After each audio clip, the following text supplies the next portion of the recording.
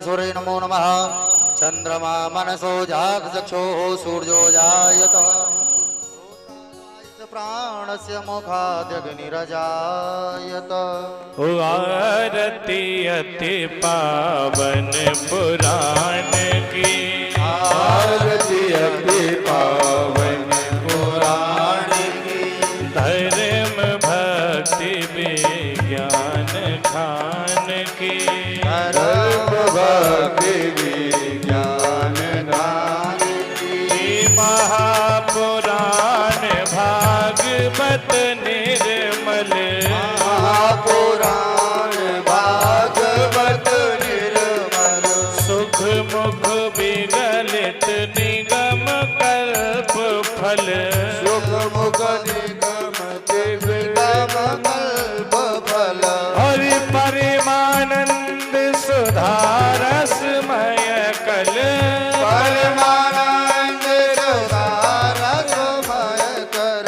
लीला रस रस रस निधान की, आरती अति पावन पुराण की। कलिमल मथन त्रिताप निवारिणी, कलिमल मथन त्रिताप निवारिणी।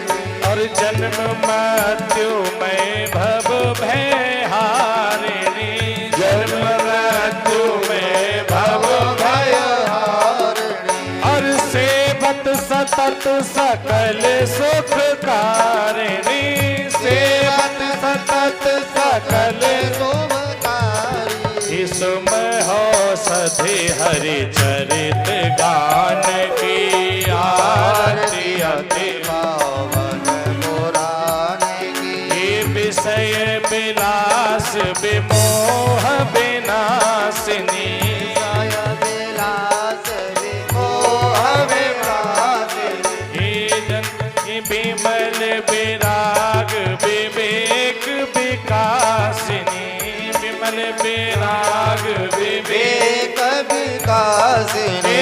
भगवत तात्पर है सप्रकाशिनी, भगवत तत्व रहस्य प्रकाशिनी। परम ज्योति परमात्म ज्ञान की, आरती अति पावन पुराण की।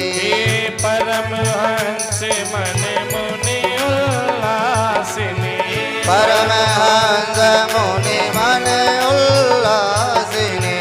रसिक हृदय रस रास विलासिनी, रसिक हृदय रस रास विकासिनी। हे भक्ति मोक्ति रति प्रेम प्रकाशिनी, मुक्ति मुक्ति भव प्रेम प्रकाशिनी। कथा किंचन प्रिय सुजान के, आरती अति पावन पुराण की। धर्म भक्ति विज्ञान खान की, आरती अति पावन पुराण की। हरिपुर गौरम करुणावतारम, संसार सारं भुजगेन्द्र हारं। हे सदा वसंतम हृदयार बिंदे, भवं भवानी सहितं नमामि। त्वमेव माता च पिता तमेव, त्वमेव बन्धु च सखा त्वमेव। हे त्वमेव विद्या द्रविणं तमेव, त्वमेव सर्वं मम देव देव। हे आरती अति पावन पुराण की, धर्म भक्ति विज्ञान खान की। आरती अति पावन पुराण की। ओम जलेनास्लीकरणं पुष्पे देवाभिवन्दनम् आत्मदेवाभिवन्दनम्। शीतला त्वं जगन्माता, शीतला त्वं जगद्पिता, शीतला त्वं जगद्धात्री, शीतलायै नमो नमः। अथ मंत्र पुष्पांजलि। हाथ में पुष्प लेकर भगवान के मंत्र पुष्पांजलि करेंगे। जो भी भक्त नीचे खड़े हुए हैं सभी हाथ जोड़ें, भगवान के मंत्र पुष्पांजलि करें। ओम जग्नेन जग्नमय जन्त देवास्तानि धर्माणि व्रतमान्यः सन्नहते हनाकं महिमानः सचन्त यत्र पूर्वे साध्याः सन्ति देवाः हरिः ओम एकदन्ताय विद्महे वक्रतुण्डाय धीमहि तन्नो दन्तिः प्रचोदयात् हरिः ओम तत्पुरुषाय विद्महे महादेवाय धीमहि तन्नो रुद्रः प्रचोदयात् हरिः ओम अंजनीसुताय विद्महे पवनपुत्राय धीमहि तन्नो श्रीहनुमत् प्रचोदयात् सेवन्ते कावकुलचम्पकपाठलब्जैर् पुण्णागजातकरवीररसालपुष्पैः बिल्वाप्रभालतुलसीतलमञ्जरेवे स्वां पूजयामि जगदीश्वर मे प्रसीद नानासुगन्धपुष्पाणि यथा कालोद्भवानि च पुष्पाञ्जलिर्मया दत्त्वा गृहाण परमेश्वरः भगवते प्राणपुरुषाय नमः मन्त्रपुष्पाञ्जलिं समर्पयामि। बोले श्रीमद्भागवत महापुराण की जय। पूज्य व्यास जी महाराज की जय। सुखदेव जी महाराज की जय। हनुमान जी महाराज की जय। शंकर भगवान की जय।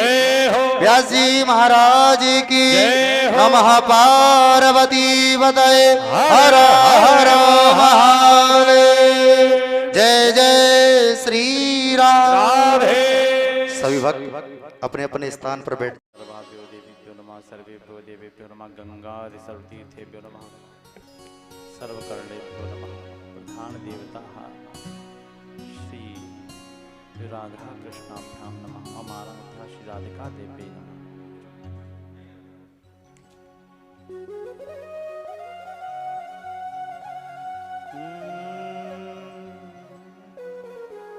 ध्येयं सदा ध्येयं सदा परिभवग्नमभीष्टदोहम् तीर्थास्पदं शिवविरञ्चिनतं शरण्यम् भृत्यार्त्यहं प्रणतपाल्यभवाद्यपोतम् वन्दे महापुरुष ते चरणारविन्दौ।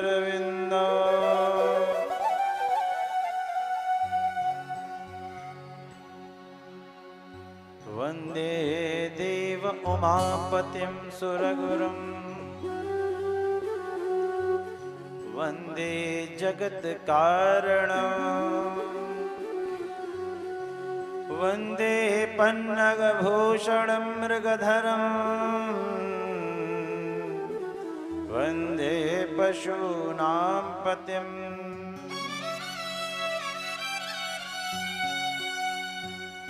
वन्दे सूर्यशशाङ्कवह्निनयनम् वन्दे मुकुन्दप्रियम् वन्दे भक्तजनाश्रयं च वरदम् वन्दे शिवं शङ्करम्।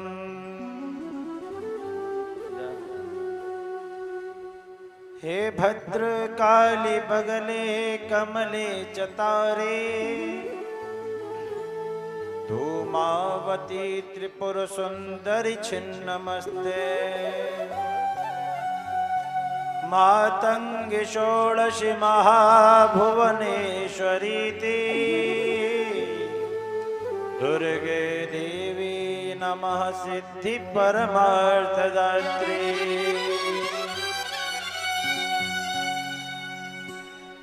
नारायणं नमस्कृत्य नरं चैव नरोत्तमम् देवी सरस्वती व्यासं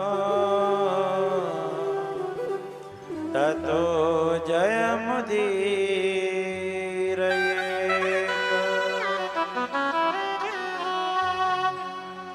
महावीर विनिमो हनुमाना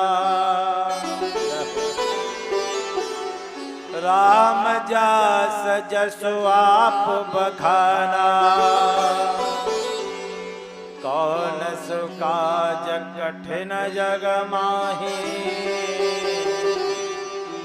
जो नहीं होयता तुम पाहे।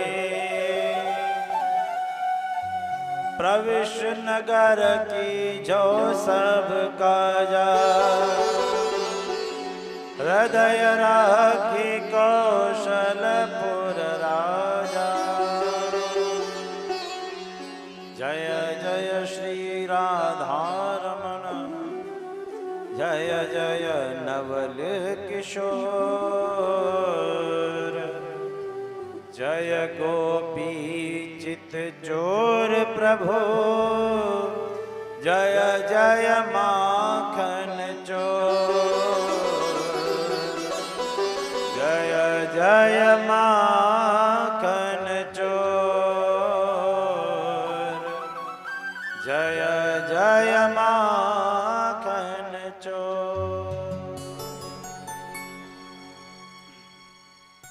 बड़े भाव से श्री राधा माधव को मनाते हैं, लेकिन एक निवेदन है, आप लोग ऐसे बैठे कि आने वालों को परेशानी ना हो, है ना, गैप रह जाता फिर बेचारे लोग पीछे रहते हैं। थोड़ा सा आगे, आप लोग आगे आ जाओ, थोड़ा सा पास आ जाओ सब लोग। लड़ाई है क्या आपस में? लड़ाई हो तो कोई बात नहीं। जय राधे राधे गोविंद गोविंद राधे, जय राधे राधे गोविंद गोविंद राधे, जय राधे राधे राधे राधे गोविंद गोविंद राधे, जय राधे राधे गोविंद गोविंद राधे, गोविंद राधे गोपाल राधे, गोविंद राधे गोपाल राधे, गोविंद राधे राधे गोपाल राधे, गोविंद राधे राधे गोपाल राधे, जय राधे राधे गोविंद गोविंद राधे, जय राधे राधे गोविंद गोविंद राधे। राधे।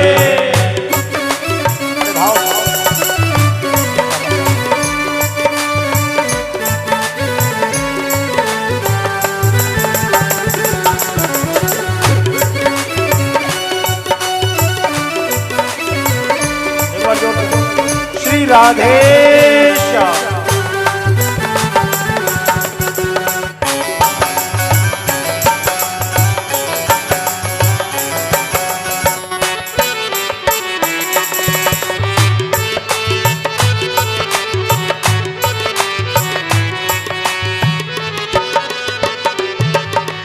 गोविंद राधे गोपाल राधे, गोविंद राधे गोपाल राधे, गोविंद राधे राधे गोपाल राधे, गोविंद राधे राधे गोपाल राधे, जय राधे राधे गोविंद गोविंद राधे, जय राधे राधे गोविंद गोविंद राधे।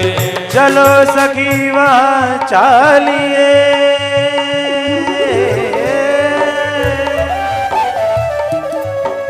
जहाँ मिले ब्रिजराज, गौरस बेचन में चली एक पंथ दो का, गौरस बेचन में चली एक पंथ लोका, गौरस बेचन में चली एक पंथ दो का, हे गौरस बेचन हरि मिले एक पंथ लोका, एक पंथ दो काज सखी एक पंथ दो काज, हे एक पंथ दो काज सखी एक पंथ दो काज। जय राधे राधे गोविंद गोविंद राधे, जय राधे राधे गोविंद गोविंद राधे, राधे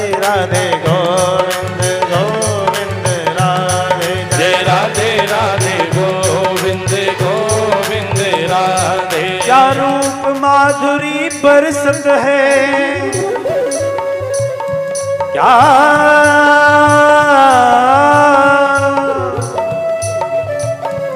क्या रूप माधुरी बरसत है, सखी चले जात रसते रसते।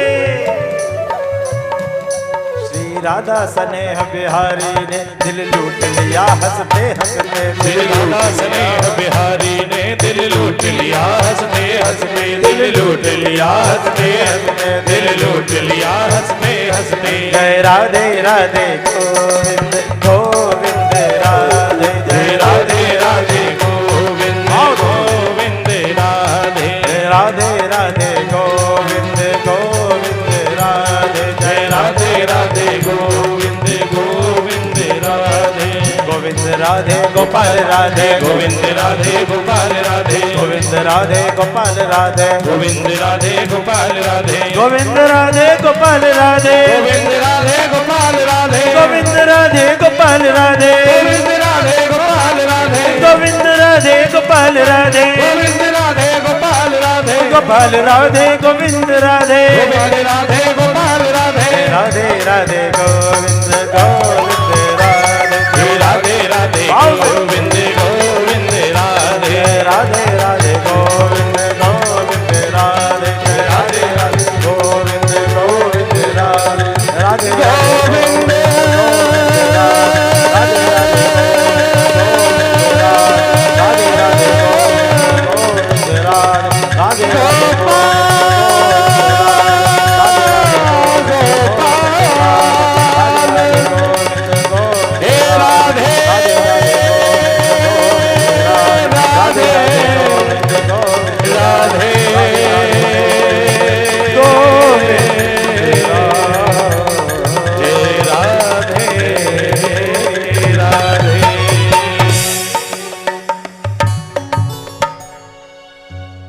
गणेश जी महाराज की जय, चौमुखी महादेव की जय, बालाजी महाराज की जय हो, उमामहेश्वर भगवान की जय हो, सीताराम जी भगवान की जय हो, वृंदावन बिहारी लाल की जय जय हो, राधा रानी सरकार की जय पवन जय हो, हनुमान की जय हो, भवानी दुर्गा माई की जय श्री हो, सुखदेव भगवान की जय हो, व्यास जी महाराज की जय हो, श्रीमद् भागवत महापुराण जय की हो, नमः पार्वती पतये हर हर महादेव शंभो।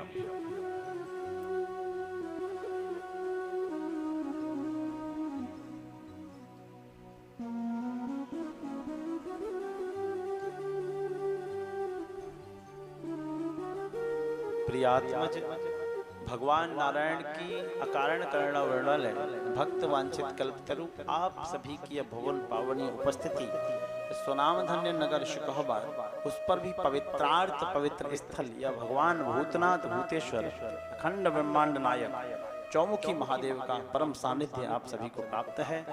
आप सभी की उपस्थिति सादर वंदनीय।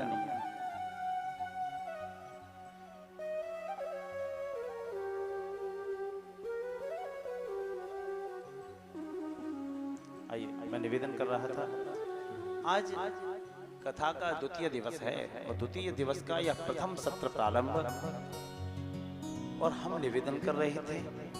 कल हमने कथा जो आपको श्रवण कराई महात्म श्रवण कराया। अभी श्रीमद् महापुराण तो प्रारंभ होना है। एक विचार करते हैं पहले।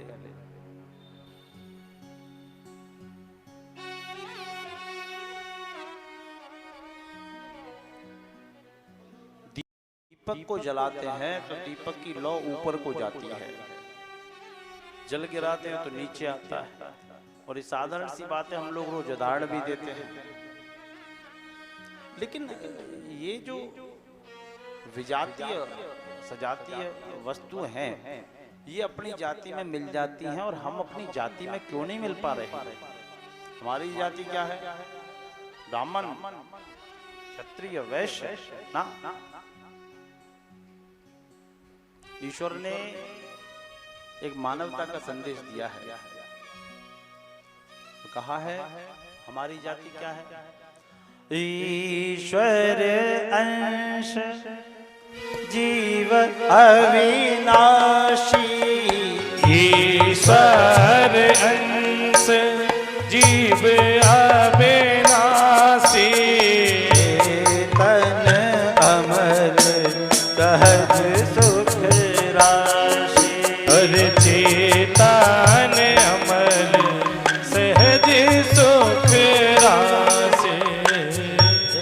क्या सुना हमने? ईश्वर अंश जीव अविनाशी। जो कहते हैं ना नाशवान नाशवान, हम लोगों को मरना है मरना, अरे शरीर को जाना है, आत्मा अविनाशी है। और ये आत्मा उस परमात्मा का अंश है। जो सर्वभूत आत्मा मिलके ही एक परमात्मा बनता है, उस अंश के हम अंशी हैं। और अंशी होके मिलेंगे कैसे? दूध में पानी मिलाओ या दूध मिलाओ तभी मिल सकता है। तो समुद्र में मिलोगे तो पानी के रूप में मिलोगे। तो उस परमात्मा से कैसे मिलोगे? बोले परमात्मा से उस अंश से अंशी के रूप में मिलेंगे, लड़ाई करके तो नहीं मिलेंगे। कबीर जी रोए, क्यों रोए? चलती चक्की देख के दियो कबीरा रोए। क्यों रोए? दो पाटन के बीच में साबित बचा न कोई। रोने लगे, अरे ये द्वैत अद्वैत के बीच में जो भी आ गया वो बचता नहीं है। लेकिन इतने में कबीर का बेटा कमाल आ गया और नहले पे दहला जड़ दिया। कहा, कमाल हंसने लगा। क्यों? चलती चक्की देख के हंस्यो कमाल ठठाए। पिताजी आप गलत रो रहे हो। क्यों? कि जो कीली के संग रहे सो साबित बच जाए। बोले पाटों के बीच में तो दुनिया पिसेगी, लेकिन पाटों को जोड़ने वाली जो कीली है ना, उसके बीच में जो भी आ गया, उसके साथ जो चिपक गया वो बच जाता है।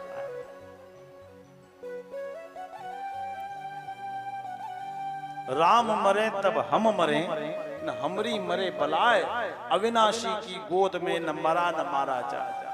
ये बच्चों को पीछे कर दो, कोई आने जाने वाला होता है ना तो दिक्कत होगी। और इधर अब कोई ना आवे इस पंक्ति में, जो कोई आने जाने वाले लोग आते हैं तो दिक्कत होगी। आइए मैं निवेदन करता हूं। ये था आज का विचार। अब आज की कथा में प्रवेश, महात्मा को खोलते हैं। और शांत हो जाओ सब लोग, शांत हो जाओ, सुनो। भागवत जी का एक श्लोक बोलिए आप लोग। आसन लगा के बैठे, पहले तो शुद्ध, और कम से कम एक श्लोक बोलिए। कम से कम जो अमृतमयी भागवत है उसका एक श्लोक तो आप बोल रहे। जो लोग बैठ सके वो बैठे आराम से, है ना। आसन लगाएं और मेरे साथ बोलें। बोली पेबम भागवतम रसमालयम मोहरहो रसिका भुवि भावुका। बोलो निगम कल्प तरोर्गलितम शुक मुखाद अमृत द्रव्य संयुतम पिबत भागवतम रसमालयम मुहुरहो रसिका भुवि भावुका। यह बड़ा कृपा की ईश्वर ने क्या आपके मुखारबिंद से ये श्लोक कहलवाया। क्या कहा? एक निगम का वृक्ष है। समस्त वेदों को एक साधारण भाषा में परोसते हैं। समस्त वेदों को एकत्रित किया गया, निगम बना, और निगम का एक वृक्ष बना। अब वेदों की भाषा कठिन तो प्रतिपादित कैसे हो, सामने कैसे आए? तो उस वृक्ष पर एक पका हुआ फल लगाया गया। और ध्यान से सुनना, टू द पॉइंट। पका हुआ फल लगाया गया। और फल काय का था? बोले कहा पे इतना गला हुआ था, इतना पका हुआ था कि उस फल से रस टपक रहा था। उस फल से रस टपक रहा था। अब रस टपक जो रहा था तो कहते कि रस टपक रहा था, उसको पीने के लिए दुनिया पे पास हुआ। तो इस श्लोक में एक बात कही गई है कि इस फल का क्या करना है, बोले इस फल को पीना है। तो फल पिया जाता है क्या? कैसे सेब कैसे पी लोगे बताओ? आम भी पिया नहीं जाएगा, पपीता भी पिया नहीं जाएगा, खाया जाएगा। फल का रस तो पिया जाएगा, लेकिन फल कैसे पिया जाएगा? गलत लिखा है। लेकिन ये जो फल है ना, ये पिया ही जाएगा। क्यों? इसमें न तो माया का आवरण रूपी छिलका है और ना ही अहंकार की कठोर गुठली है। इतना गला हुआ है कि इसका रस अपने आप टपक रहा है। वो फल कौन सा है? बोले भागवतम रसमालयम। उस निगम वृक्ष पर भागवत रूपी फल लटका है और वो भागवत रूपी फल इतना पका हुआ है कि उसका रस अपने आप टपक रहा है। बहुत मीठा है। तो कहा कि कब तक पिए? रोज टीवी पे पीते रहते हैं, मोबाइल को खोलो तो मोबाइल में भी भागवत चलती रहती है, फिर कभी यहाँ कभी वहाँ। कब तक पिए? भागवत ही सुनते रहे। तो इसमें एक बाद में बिंदु और लगाया है कि आलय, जब तक जीवन का लय न हो जाए, जब तक हम उस परमात्मा में लय न हो जाए, तब तक आलय इस रस को पीते रहो और आनंद भी उतना ही मिलता है। अच्छा आप बताओ, इतनी कथाएं होती हैं, रोज सुनते हैं और रोज उतनी भीड़ होती है, क्यों? व्यक्ति को आनंद न मिले तो कथा में आए क्यों? तो कहा इस जो फल है इसमें एक तोते ने चोंच लगाई है। कौन? शुकदेव रूपी तोते ने। तो ये फल तोता जो चोंच मारता है ना, तो मारता ही उस फल में है जो पहले से मीठा हो। या ये भी कह सकते हैं तोता मारता ही उस फल में चोंच है जो पहले से मीठा हो, या तोते के चोंच लगाने के बाद मीठा होता, पता कुछ नहीं है। अब ये तो तोते से पूछा जाए, सामर्थ्य जुटानी पड़े उसकी भाषा समझने की। बोलो राधे कृष्ण। अब विषय द्वितीय आया, सुखदेव जी की वंदना आई। सूत जी सुखदेव जी की वंदना करने लगे। यम प्रवजन्तु मनपैतम पैतकृत्यम द्वैपायनो विरह कातर आजुहाव पुत्रेति तन्मयतया तरवोभिनेदो हम सर्वभूत हृदयं मुनिमानतोऽस्मि। सुखदेव जी महाराज की वंदना आई। सुखदेव जी महाराज की जब वंदना की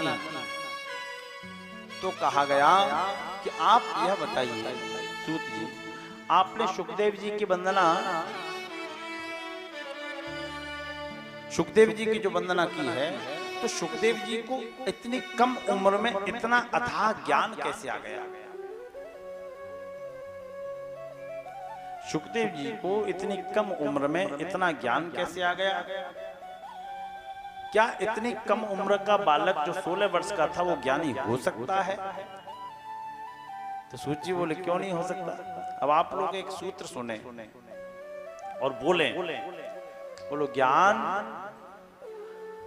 वह है जो देश काल परिस्थिति की सीमा में बंधा न हो। बोलो ज्ञान सदैव पूर्ण होता है और ज्ञानी सदैव अपूर्ण होता है। समझ में आया ना? अभी आएगा, अभी देखो। ज्ञान वह है जो देशकाल परिस्थिति की सीमा में बंधा ना हो। यही बोला ना आपने? ज्ञान वह है जो देश काल और परिस्थिति की सीमा में बंधा न हो। तो ज्ञान का देवता किसको माना जाता है?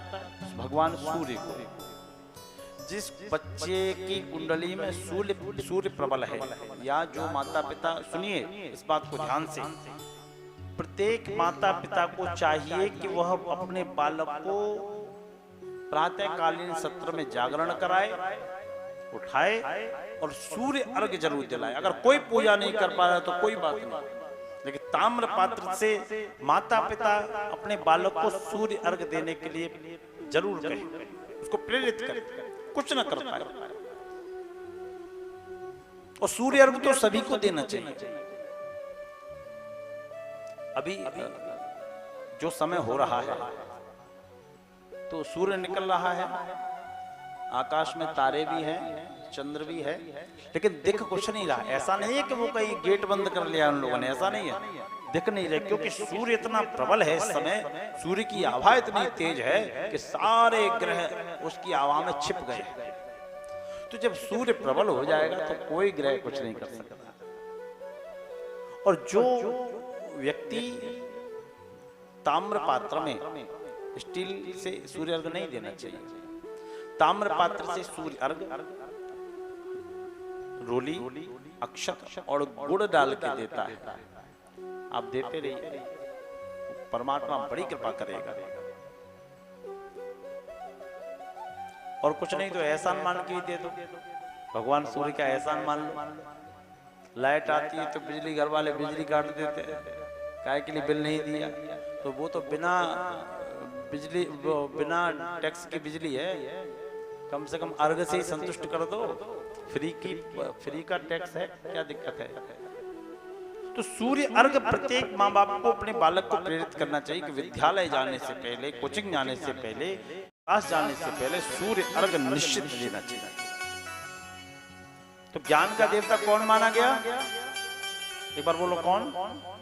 सूर्य। भगवान सूर्य ज्ञान के देवता हैं, तो हम भारतवासी हैं, हिंदू हैं, सनातन धर्मी हैं, भगवान को मानते हैं, तो सूर्य अर्घ दे रहे हैं। लेकिन पाकिस्तान के लोग तो नहीं देते, ऑस्ट्रेलिया में लोग नहीं देते, यूरोप में लोग नहीं देते, अमेरिका में सूर्य अर्घ नहीं देते, इंग्लैंड में नहीं देते, है ना, स्विट्जरलैंड में नहीं देते। तो सूर्य वहां नहीं निकलता क्या? अरे बोलो ना, निकलता है ना। क्यों? क्योंकि उसके यहाँ देश का बंधन नहीं है। वो अब भगवान भास्कर उदयाचल से अस्ताचल की नित्य यात्रा करते हैं, देश काल का कोई बंधन नहीं। काल परिस्थिति हो, जैसे अभी बरसात हो रही है, रोज बादल होते हैं, पूरे दिन बादल रहे, हफ्ते और बादल रहे, लेकिन सूर्य भगवान रोज निकलेंगे और रोज अस्त होंगे, रोज निकलेंगे, रोज अस्त। सही में तो अस्त होते ही नहीं, हमारा भ्रम मात्र है कि अस्त होते हैं, यहाँ तो कहीं और दिख जाते हैं, पृथ्वी की संरचना है। तो सूर्य का यह है। दूसरा, कोई परिस्थिति उनके सामने आ जाए, कुछ भी परिस्थिति हो, वहां नहीं है कि आज हमें बुखार आ गया तो हम निकलेंगे नहीं, भगवान आज हम नहीं जा पाएंगे ना, भगवान सूर्य रोज निकलेंगे। अच्छा, फिर कहा कि ज्ञान सदैव पूर्ण होता है और ज्ञानी सदैव पूर्ण होता है। यही बात भी सही है। हम भागवत जी आपको सुना रहे हैं, ऐसा जरूरी नहीं है कि पूरी भागवत जी हमें आप जहां से पूछो हमें आ जाए। ये भ्रम मात्र है लोगों का। कभी अपने आगे किसी चीज का मर्मज्ञ नहीं लगाना चाहिए। चलो मान लो ये भी आ गया, भागवत जी पढ़ रहे हैं, हमें आता है पूरा, लेकिन हम हेलीकॉप्टर तो नहीं उड़ा सकते, वो भी तो ज्ञान है ना। हम जहाज नहीं उड़ा सकते।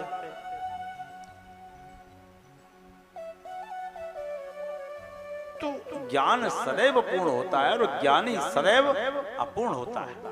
ज्ञान कभी भी किसी को किसी भी वक्त किसी भी स्थिति में आ सकता है। एक छोटी सी बात सुनो। एक बच्चा हाथ में दीपक रख के ले जा रहा था, शनिवार का दिन था। कहाँ ले जा रहे हो? शनि हमारा भारी है, शनि भगवान के मंदिर पे ले जा रहे हैं। तो एक कोई आ गए, बोले क्या मूर्ख हो, कोई शनि वनि नहीं होता, चलो घर, कोई भगवान नहीं, चलो। अरे नहीं, हम हमारे पिताजी ने कहा हम जाएंगे। तो बोलेगा अच्छा ठीक है, ये बताओ इस दीपक में लौ कहां से आई, इस दीपक में लौ कहां से आई? बच्चा डर गया, क्या बताएं।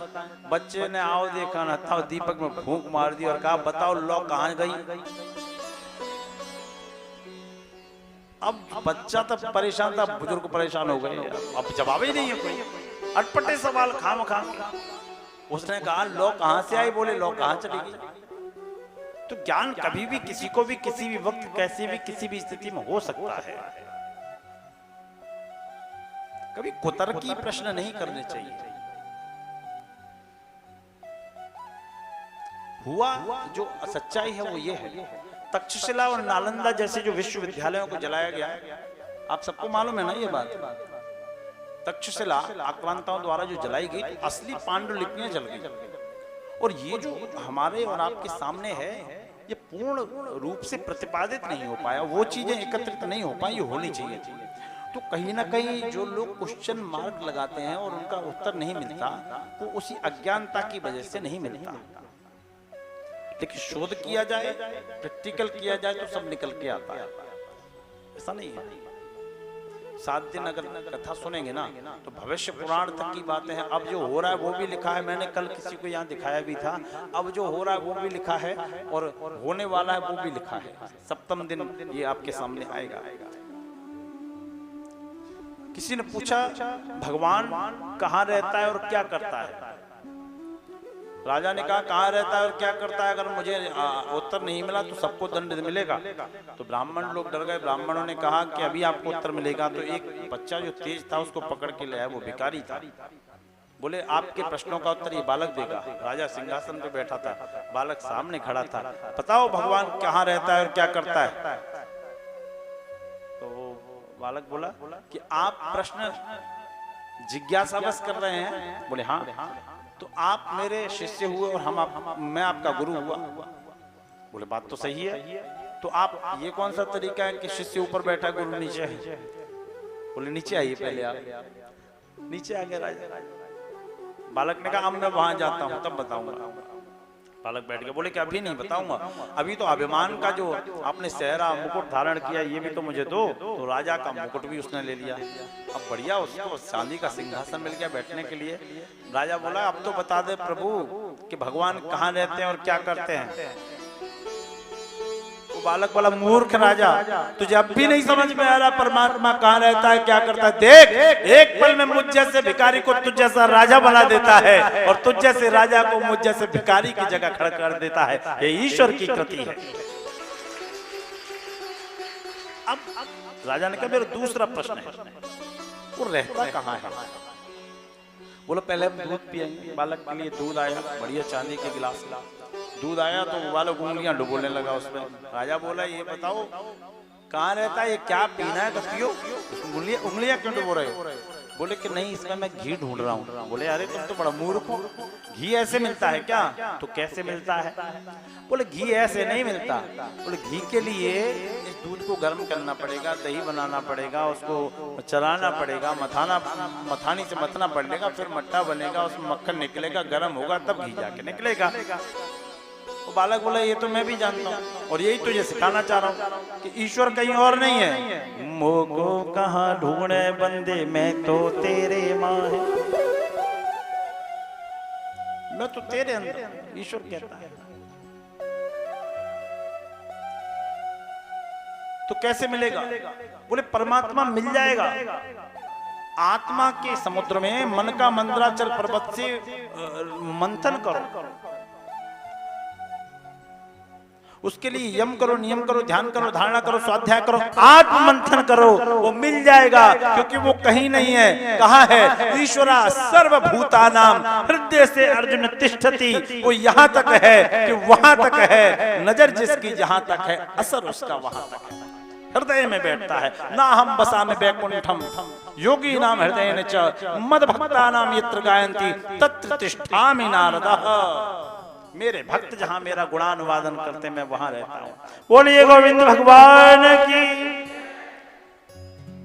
अब ऋषियों से सूत जी ने कहा कि ज्ञान किसी को भी हो सकता है, इसलिए कभी अभिमान नहीं करना चाहिए। शुकदेव जन्म के बारे में बताएं तो कहा एक समय की बात है। क्या हुआ? नारद जी आए कैलाश पर्वत पर। श्रीमन नारायण नारायण नारायण, श्रीमन नारायण नारायण नारायण, श्रीमन नारायण नारायण नारायण, श्रीमन नारायण नारायण नारायण। ओम माता नारायण, माता नारायण, पिता नारायण, पिता नारायण, माता नारायण, माता नारायण, पिता नारायण, पिता नारायण, बद्री नारायण नारायण नारायण, ओ बद्री नारायण नारायण नारायण, लक्ष्मी नारायण नारायण नारायण। नारायण नारायण कहते, नारायण नारायण कहते पहुंचे। माता पार्वती जी को देखा तो कहा मैया प्रणाम करता हूं। मैया ने कहा आशीर्वाद है, बैठो नारद, बहुत दिनों में आए। अरे आए क्या, आपकी चिंता रहती है? क्या चिंता रहती है? अरे एक प्रश्न उठ रहा है मन में, बताओगी? मैया बोली बिल्कुल बताएंगे। ये बताओ भगवान शंकर आपको चाहते हैं कि नहीं चाहते? मैया को आया क्रोध। मैया ने कहा आप साधु हैं, अब महात्मा है, आपको इन बातों से क्या करना, चाहते कि नहीं चाहते? मैया नाराज हो। नारद जी थोड़ा बोले कि क्रोध शांत होने दो। 10 मिनट बाद फिर नारद जी बोले मैया एक बात बतानी है। क्या? आपको पता है कि भगवान शंकर जो गले में मुंडों की माला पहने हैं, वो मुंडों की माला किसकी है? वो मुंडों की माला किसकी है? मैया बोली ये नहीं पता। अब नारद जी का मामला बन गया। नारद जी ने कहा भगवान शंकर आपको चाहते ही नहीं है, अगर चाहते तो बताते उनके गलों में मुंडों की माला किसकी है? अरे सही कह, नहीं चाहते। नारद बाबा आज आने दो भोले बाबा को, उनसे यही प्रश्न होगा, आने दो।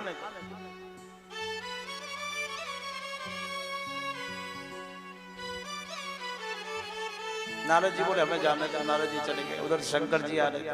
शंकर जी से बोले नारद जी प्रणाम करता हूँ बाबा, आशीर्वाद है, कैसे हो? हम तो ठीक हैं, आपको माता जी याद कर रही हैं। बोले माता जी ने 6 महीने से याद नहीं किया, तुम आ गए तो याद कर रही हैं, कुछ तो करके आए हो आप। तो बोले कि घर जाके मालूम पड़ जाएगा। इधर माता जी को क्रोध आया और उन्होंने अपना स्वरूप बदला और कोप भवन में जाके लेट गए। कोप भवन पहले एक पुराने समय में बड़े महल और घर बने होते थे, तो एक अलग से कमरा बना होता था वीआईपी, उसका नाम होता था कोप भवन। वीआईपी कमरा होता था वो, उसमें कभी कभी कोई जाता था, कभी कभी वो खुलता था। क्या होता था? कोप भवन। क्यों आज नहीं बनता? अरे बोलो ना, अब नहीं बनता। अब नहीं बनता क्यों? मालिक लोग बैठे, बनवाना भी मत, जिंदगी में खाली नहीं होगा। अब पहले कभी कभी कोई नाराज होता था, अब तो हर पल हर व्यक्ति नाराज। किन्हें किन्हें मनाओगे आप? आज के जमाने में पूर्ति नहीं कर पाओगे व्यक्ति की। हाँ, बनवाना मत है ना, ये अच्छी सलाह देके जा रहे। नंदीगढ़ से पूछा माता जी कहाँ है? बोले कोप भवन में। भगवान ने कहा कोप भवन में ऐसा क्या हुआ मेरे पीछे जो कोप भवन में गई हैं?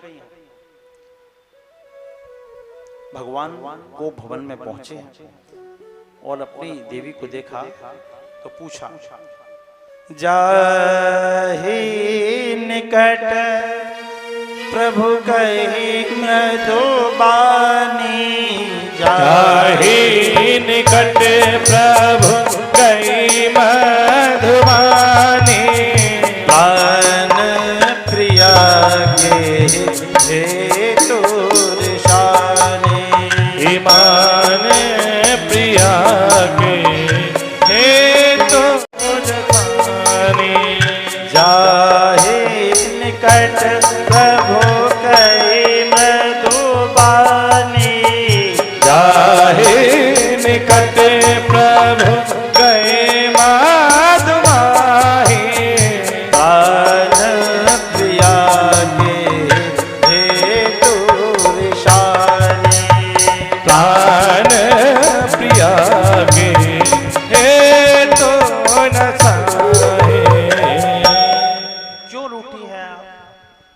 बोले हमसे बात न करो। बोले क्यों रूठी हो, बताओ तो सही।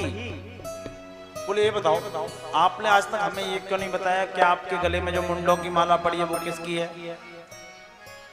बोले कि देवी ये मैं बता नहीं सकता, नहीं 7 फेरे लिए हैं, 7 वचन लिए, बताना पड़ेगा। भगवान बोले अच्छे 7 वचन लिए, दिन में 17 बार ताने सुनो। देवी ये आपके मुंडों की माला है। बोले, हमारे मुंडों की माला आपके गले में, ये कैसे? बोले देवी आप हर युग में अवतार लेती हैं और अपना यह देह त्याग करती हैं, तो आपके उस भौतिक रूप से मुझे अधिक मोह होता है और देख के बिना रह नहीं पाता, तो आपके ही मुंड काट के मैं अपनी माला में पिरो लेता हूँ। सती जी बोले हम इतनी बार और तुम अभी तक ऐसे ही बैठे हो,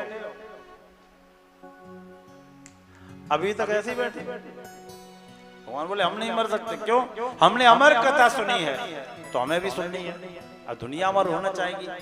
बोले आप नहीं सुन सकती, हमें सुननी है, हमने 7 वचन दिए। तो भगवान बोले चलो जगह हम तय करेंगे। ठीक अमर कथा वृत्तांत आता है। भगवान शंकर ने त्रिशूल में डमरू को बांधा, अपने शंख को लिया और आकाश मार्ग से निकल पड़े हैं। और कहाँ गए हैं? छत्तीसगढ़ में एक स्थान पड़ता है अमरकंटक, जहां से नर्मदा मां का उद्गम हुआ है। अमरकंटक पर्वत पर जाकर एक सुंदर सी गुफा देखी है, वहीं शंखनाद डमरूनाद किया है, जीव जंतु पलायन कर गए। एक सुंदर सा स्थान देखा, वहां भोले बाबा बैठ गए हैं। एक तोते का अंडा पड़ा था, वो फूटा था, वो वैसे के वैसे ही था। देवी सब जीव चले गए? देवी ने कहा हाँ सब चले गए। देवी मैं आंख बंद करके कथा सुनाऊंगा और तुम बस बीच में वो क्या कहते हैं कहानी सुनाते तो हूं हरे हूं कर रहा, हुंकारी देते रहना, हाँ जी बोलते रहना। ठीक है, ऐसा ही हो। भगवान शंकर ने आसन लगाया है और देवी को कथा सुनाना प्रारंभ किया। ओम से प्रारंभ करके कथा शुरू की है। तिथि दिवस की कथा में देवी को निद्रा आ गई। पहले दिन की कथा जब हुई थी तो इतनी प्रभावी कथा थी कि वो टूटा हुआ अंडा था, उसमें वो जुड़ गया। दूसरे दिन में उसमें प्राण आ गया, तीसरे दिन वो फूट गया और उसमें सुग्गी का बच्चा बाहर आ गया। बच्चे ने सोचा कि अगर मैं कुछ नहीं बोलूंगा, भगवान जी को उत्तर नहीं मिलेगा तो कथा रुक जाएगी, ना इधर की रहेगी ना उधर की रहेगी, तो कम से कम मैं ही सुन लूं, कम से कम मैं ही सुन लूं। तो कथा सुनते सुनते गौरा जी सो गई। हर महाआसन पे महादेव जी बैठे आसन डार, और अमर कथा को लगे सुनाने गौरा को त्रिपुरार उमा के पड़ गए सोता, हो करा दे रहे हो तोता, उमा के पड़ गए सोता, हो करा दे रहे हो तोता। हे महायासन पे महादेव जी बैठे आसनदार, महायासन पे महादेव जी बैठे आसनदार। हे अमर कथा को लगे सुनाने गौरा को त्रिपुरार उमा के पड़ गए सोता, ओकरा भर रहे हो तोता, उमा के पड़ गए सोता, ओकरा दे रहे हो तोता।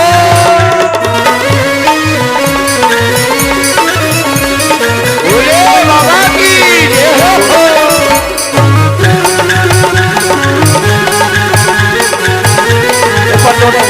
हर हर महादेव।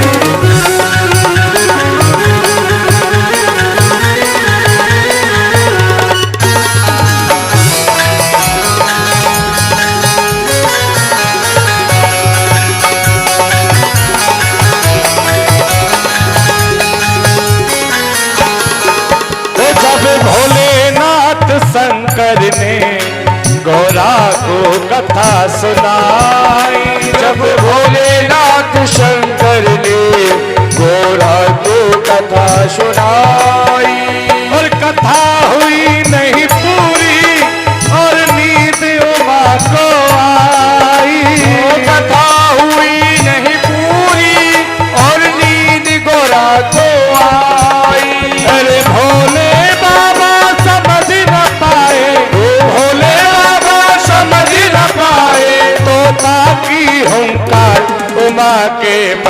गए सूता, उमा के पड़ गई सूता, करा दे रहे तू महायासन पे महादेव जी बैठे आसन मार, अमर कथा को लगे सुनाने कोरा कोट पुराण, उमा के पड़ गए सूता, करा दे रहे तोता, उमा के पड़ गई सूता, करा दे रहे। जय हो भोले बाबा की।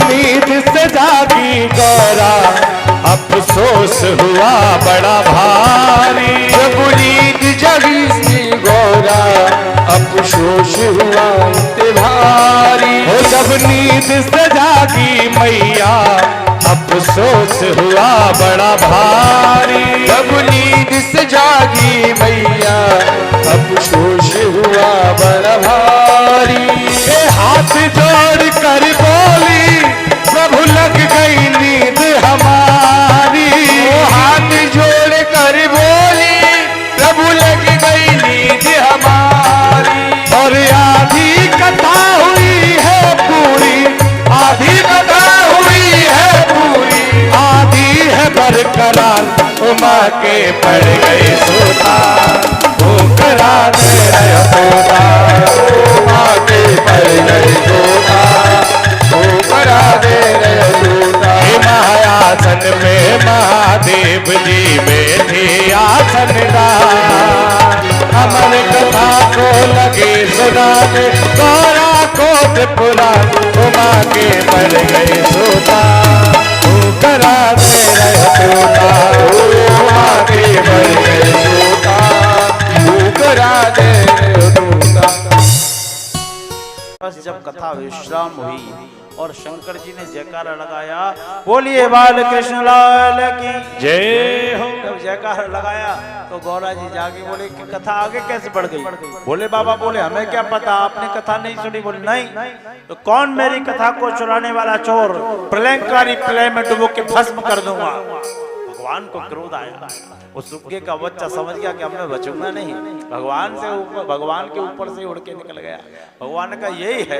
अरे फिर भोले बाबा बोले ये कथा सुनी है किसने, भोले बाबा बोले ये कथा सुनी है किसने, मैं जिंदा नहीं छोड़ूंगा जो दिया हुक्रा जिसने, मैं जिंदा नहीं छोड़ूंगा जो दिया हुक्रा जिसने, अरे आगे आगे तोता दौड़े, आगे आगे तोता दौड़े, पीछे है त्रिपुरार, उमा के पड़ गए सोता, हुक्रा दे रहे तोता, उमा के पड़ गए तोता, हुक्रा दे रहे तोता। महायासन पे महादेव जी बैठे आसन मार, अमर कथा को लगे सुनाने गौरा कोट पुराण,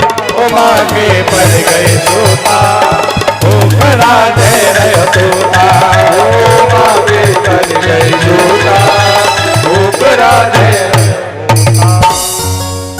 भगवान शंकर ने त्रिशूल लेके उसे खदेड़ दिया। गौरा जी बोली अरे सुनी सो सुनी, जाने दो। बोले इसने कथा सुनी है, ये गलत बात नहीं है, इसने गलत तरीके से सुनी, ये गलत बात है। कभी भी भागवत वक्ता से ऊपर उठ के कथा नहीं सुननी चाहिए, कभी भी बराबर में बैठ के कथा नहीं सुननी चाहिए, कभी पीछे बैठ के कथा नहीं सुननी चाहिए, ये नियम है। भगवान शंकर ने खदेड़ लिया और वो शुक का बच्चा उड़ता उड़ता कहां पहुंचा? बिल्कुल विपरीत, उत्तराखंड की ओर। उत्तराखंड में बद्र का आश्रम है, बद्री विशाल में, बद्रीनाथ। वहां से भी 3 किलोमीटर आगे पड़ता है माना गांव। माना गांव में व्यास गुफा पड़ती है। व्यास जी की पत्नी देवी पिंगला, मृतिका देवी, तुलसा जी को अर्घ दे रही थी और वहीं जमाई आई, वो बच्चा शुक का मुंह के द्वारा गर्भ में प्रवेश कर गया। और जब उड़ते उड़ते तोता ऋषि वेद व्यास घर आयो। जब उड़ते उड़ते तोता ऋषि वेद व्यास घर आयो। जब उड़ते उड़ते तोता ऋषि वेद व्यास घर आयो। उड़ते उड़ते तोता ऋषि वेद व्यास घर आयो। वेद व्यास की पत्नी के गर्भ में जाए समायो। वेद व्यास की पत्नी के गर्भ में जाए समायो। वेद व्यास की पत्नी के गर्भ में जाए समायो। वेद व्यास की पत्नी के गर्भ में जाए समायो। हरि नाम पड़ा सुखदेव था उसका। नाम पड़ा सुखदेव की महिमा अपरंपार उमा के पड़ गई सोता। ओकरा दे रहो तोता। उमा के पड़ गए सोता। ओकरा दे हे बाघांबर पे महादेव ने बैठे आसन मार। कमर पे महादेव जी बैठे आसन मार। हे अमर कथा को लगे सुनाने गौरा कोट पुराण उमा के पड़ गए सोता। ओकरा दे रहे सोता। उमा के पड़ गए सोता। ओकरा दे रहे सोता। देवी पिंगला के गर्भ में प्रवेश कर गया। भगवान शंकर आए। बहुत सुंदर जगह है। बद्रिकाश्रम गए होंगे ना आप लोग? अरे शांत हो जाओ, बहुत दिन में मिलती है ना बात करना। कथा में मिल पाए कि गर्मी की छुट्टी में मिल पाए, है ना? तो बड़ा सुंदर जगह व्यास गुफा। भगवान शंकर आए, इधर देखा उधर देखा, अंदर देखा बाहर देखा, बोले नहीं मिले। देवी पिंगले कहां छुपा है मेरा शत्रु? देवी बोली मिले तो ले जाओ, हमें नहीं पता। आपको मिले तो आप ले जाओ, हमें पता नहीं है ना हम जानते। भगवान शंकर समझ गए कि इसने गर्भ में शरण दी है। तो गर्भ देवी पिंगले जब तक तुम उसको जन्म नहीं दोगी मैं यहां से जाऊंगा ही नहीं। देवी पिंगला बोली मैं भी व्यास पत्नी हूं भोले बाबा, जब आप समझ गए तो सुनिए, जब तक आप यहां से जाएंगे नहीं मैं उस बालक को जन्म ही नहीं दूंगी। भगवान शंकर बोले हम आज तेरे दर से हटके न जाएंगे। धूनी दबाएंगे, त्रिशूल को गाड़ दिया, डमरू को बांध दिया। समय व्यतीत होने लगा। भगवान को भोजन मिलता था, ऐसी थोड़ी व्यवस्था पूरी थी। 12 वर्ष तक भगवान ने इंतजार किया कि जन्म हो जाए हो जाए हो जाए, लेकिन वो भी सती थी, जन्म नहीं दिया। भगवान ने 12 वर्ष बाद सोचा कि बिना पैसा इनके घर की रखवाली कर रहे हैं, चौकीदारी कर रहे हैं, इन्हें भी गेटमैन मिल गया फालतू का, तो ये क्यों भगाएंगी हमें? हम तो जा रहे हैं अपने घर, कथा सुनी सो सुनी, हम तो जा रहे हैं।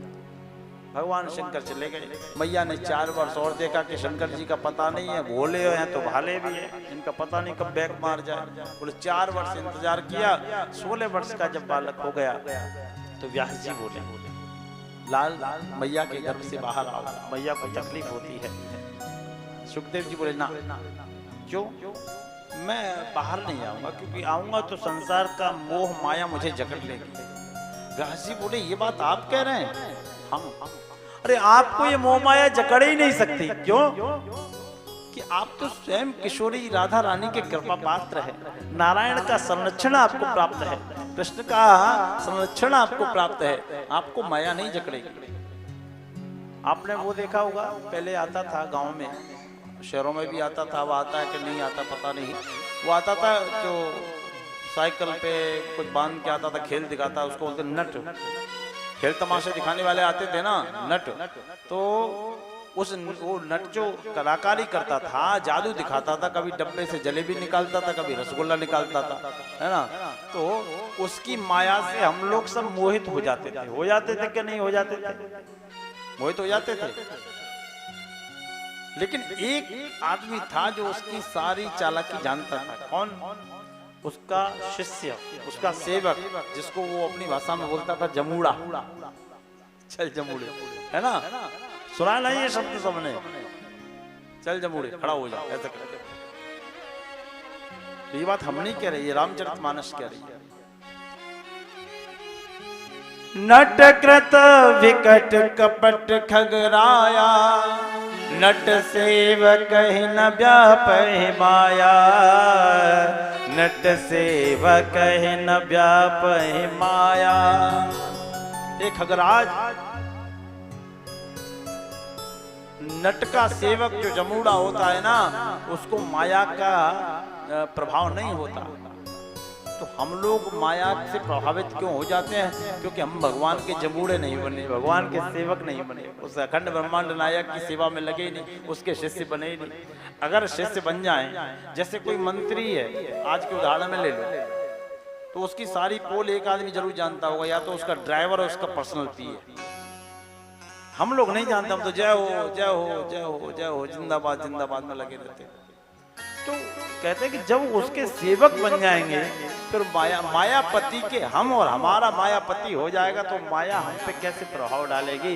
तो सुखदेव जी, ये आपका व्यर्थ तर्क है, आपका माया का आप पे कोई असर नहीं होगा। बाहर आइए। सुखदेव जी ने पिताजी की आज्ञा से गर्भ त्यागा और मैया के प्रणाम किया, पिताजी को प्रणाम किया, पूरा पुत्र होने का कर्तव्य निभाया। दोनों को प्रणाम करके बोले, पिताश्री हम रुकेंगे नहीं, और भागने लगे। कहाँ? वन की ओर।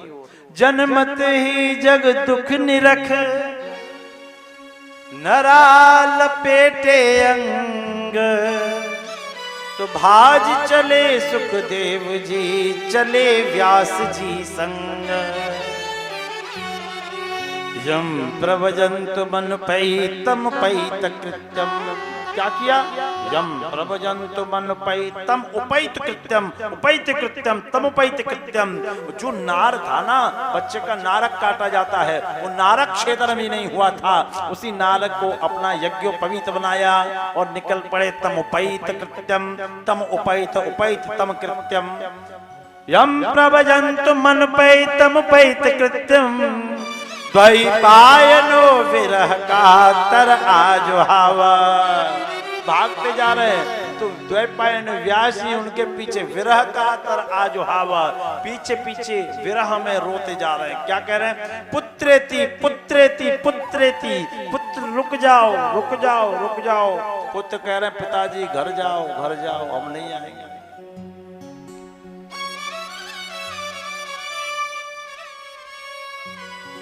पुत्रेति तन्मयतया तरवोभिनेदु, तम सर्वभूत हृदय मुनिमान्यतोस्मि। जब किसी की बात समझ में नहीं आई तो वृक्षों ने कहा, वृक्ष बोले, हे ऋषिराज आप घर जाइए, क्योंकि ये सुखदेव जी आपके ही नहीं है तो किसके हैं? सर्वभूत हृदयम, ये समस्त संसार के जीवात्माओं के हृदय में निवास करने वाले हैं। न तोस्मी मुनिमान, मुनिमान तोस्मी, ये आपके नहीं है, अपितु सर्व जगत के हैं।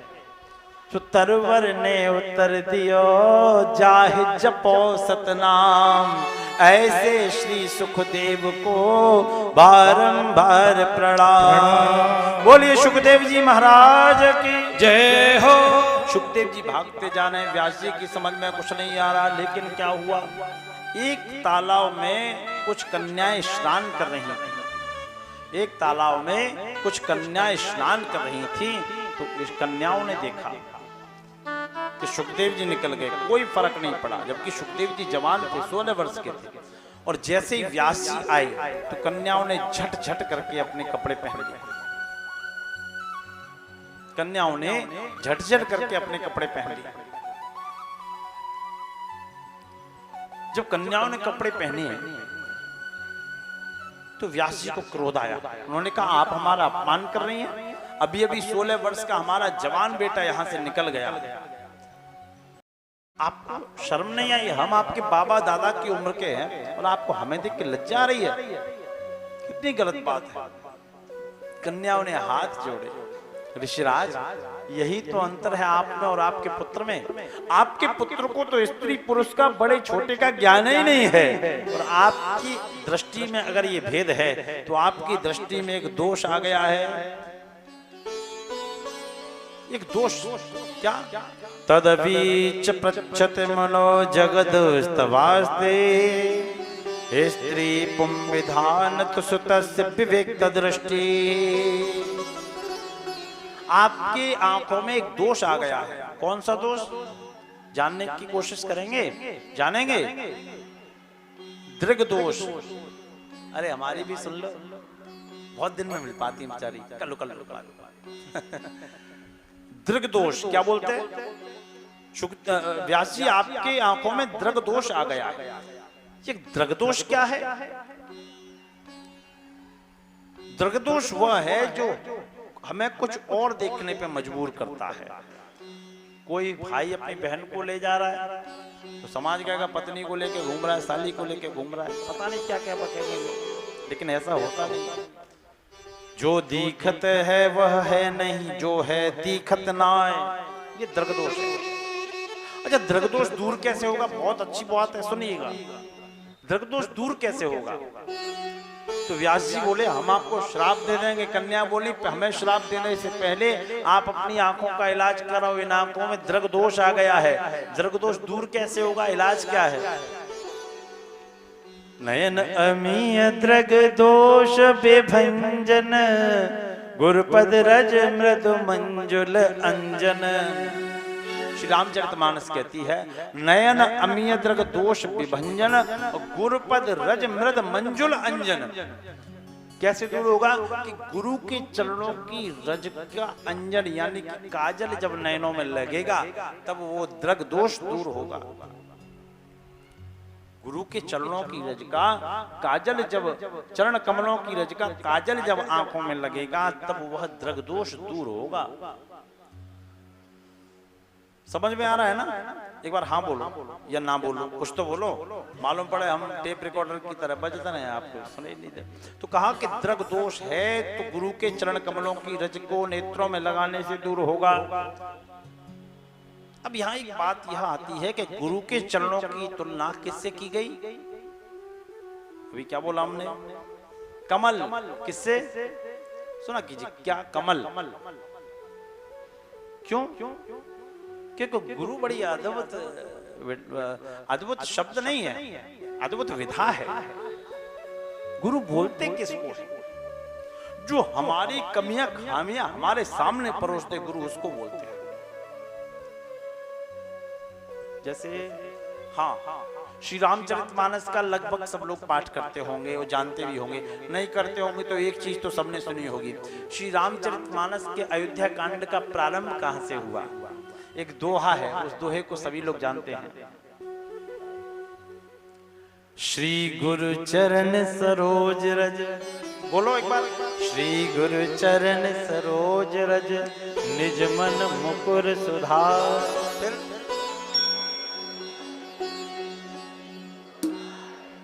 बस क्या कहा? श्री गुरु चरण सरोज रज, निज मन मुकुर सुधार।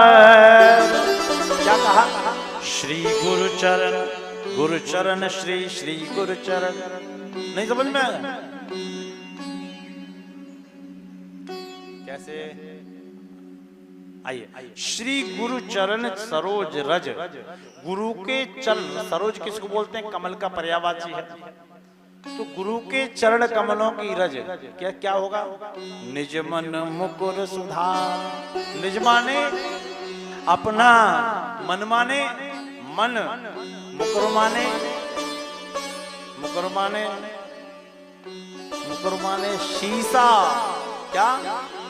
मुकुर माने शीशा, आईना, ग्लास। लेकिन वो ड्रेसिंग टेबल वाला शीशा नहीं, वो तो झूठ बोलता है। तो गुरु के चरण कमलों की रज से मन के शीशे को साफ करना चाहिए।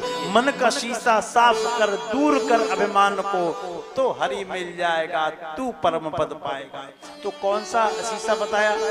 अच्छा, ड्रेसिंग टेबल के सामने खड़े हो जाओ, चलो खड़े हो गए। अब देखो हम खड़े हैं पूरब की तरफ मुंह करके, वो बताएगा पश्चिम की तरफ मुंह है हमारा। ऐसा ही तो है ना, उल्टा चलता है, ऐसे ही चलता है। हमने बाल इधर काटे, वो इधर दिखाएगा। मैया नाक में इधर नथनी पहनी है, वो इधर दिखाएगा। उल्टे पल्लू की शादी सीधे सीधे की उल्टू में दिखाएगा। बोले झूठ बोलता है ना, हाँ या ना? बोले झूठ बोलता है कि नहीं? बोलता है ना। उस शीशे पे विश्वास नहीं करना। तो कौन से शीशे पे? निज मन मुकुर सुधार। मुकुर माने शीशा। कौन सा? निज मन। निज मन, अपने मन के शीशे को गुरु के चरण कमलों की रज से साफ करना चाहिए। समझ में आया? अभी सब लोग हाँ नहीं बोल रहे, अभी बोलो। एक पुराना गीत आता है, याद है? कौन सा गीत है पुराना? उसमें आध्यात्म कितना है ये सुनो, बहुत पुराना है। तोरा मन दर्पण कहलाए, बहुत अच्छा आध्यात्मिक। ओ तोरा मन दर्पण कहलाए, ओ तोरा मन दर्पण कहलाए, ओ तोरा मन दर्पण कहलाए, हो तोरा मन दर्पण कहलाए। भले बुरे सारे कर्मों को, भले बुरे सारे कर्मों को देखे और दिखाए, तोरा मन दर्पण कहलाए, तोरा मन दर्पण कहलाए।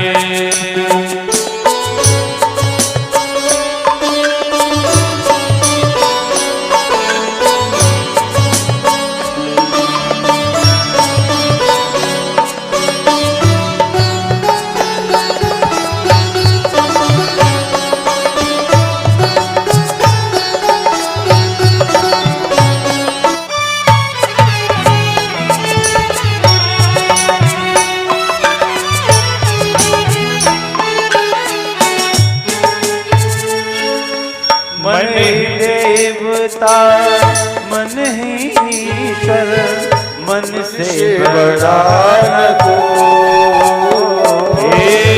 मन ही देवता मन ही ईश्वर, मन से बड़ा न कोई।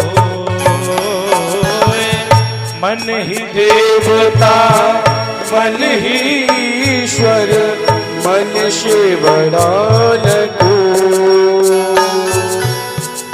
मन ही देवता मन ही ईश्वर, मन से बड़ा न कोई। मन से कोई बात छुपे ना, मन से कोई बात छुपे ना। जग उजियारा हो, जब उजियारा हो, इस उजले दर्पण पे प्राणी, और इसी उजले दर्पण से प्राणी धूल न जमने पाए। मोरा मन दर्पण कहलाए, मोरा मन दर्पण कहलाए।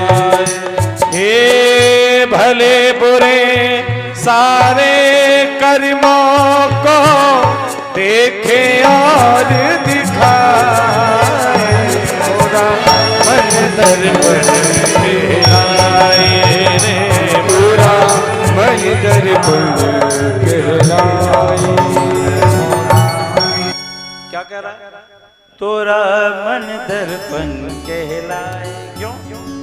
हमने जो बोला था वही। भले बुरे सारे कर्मों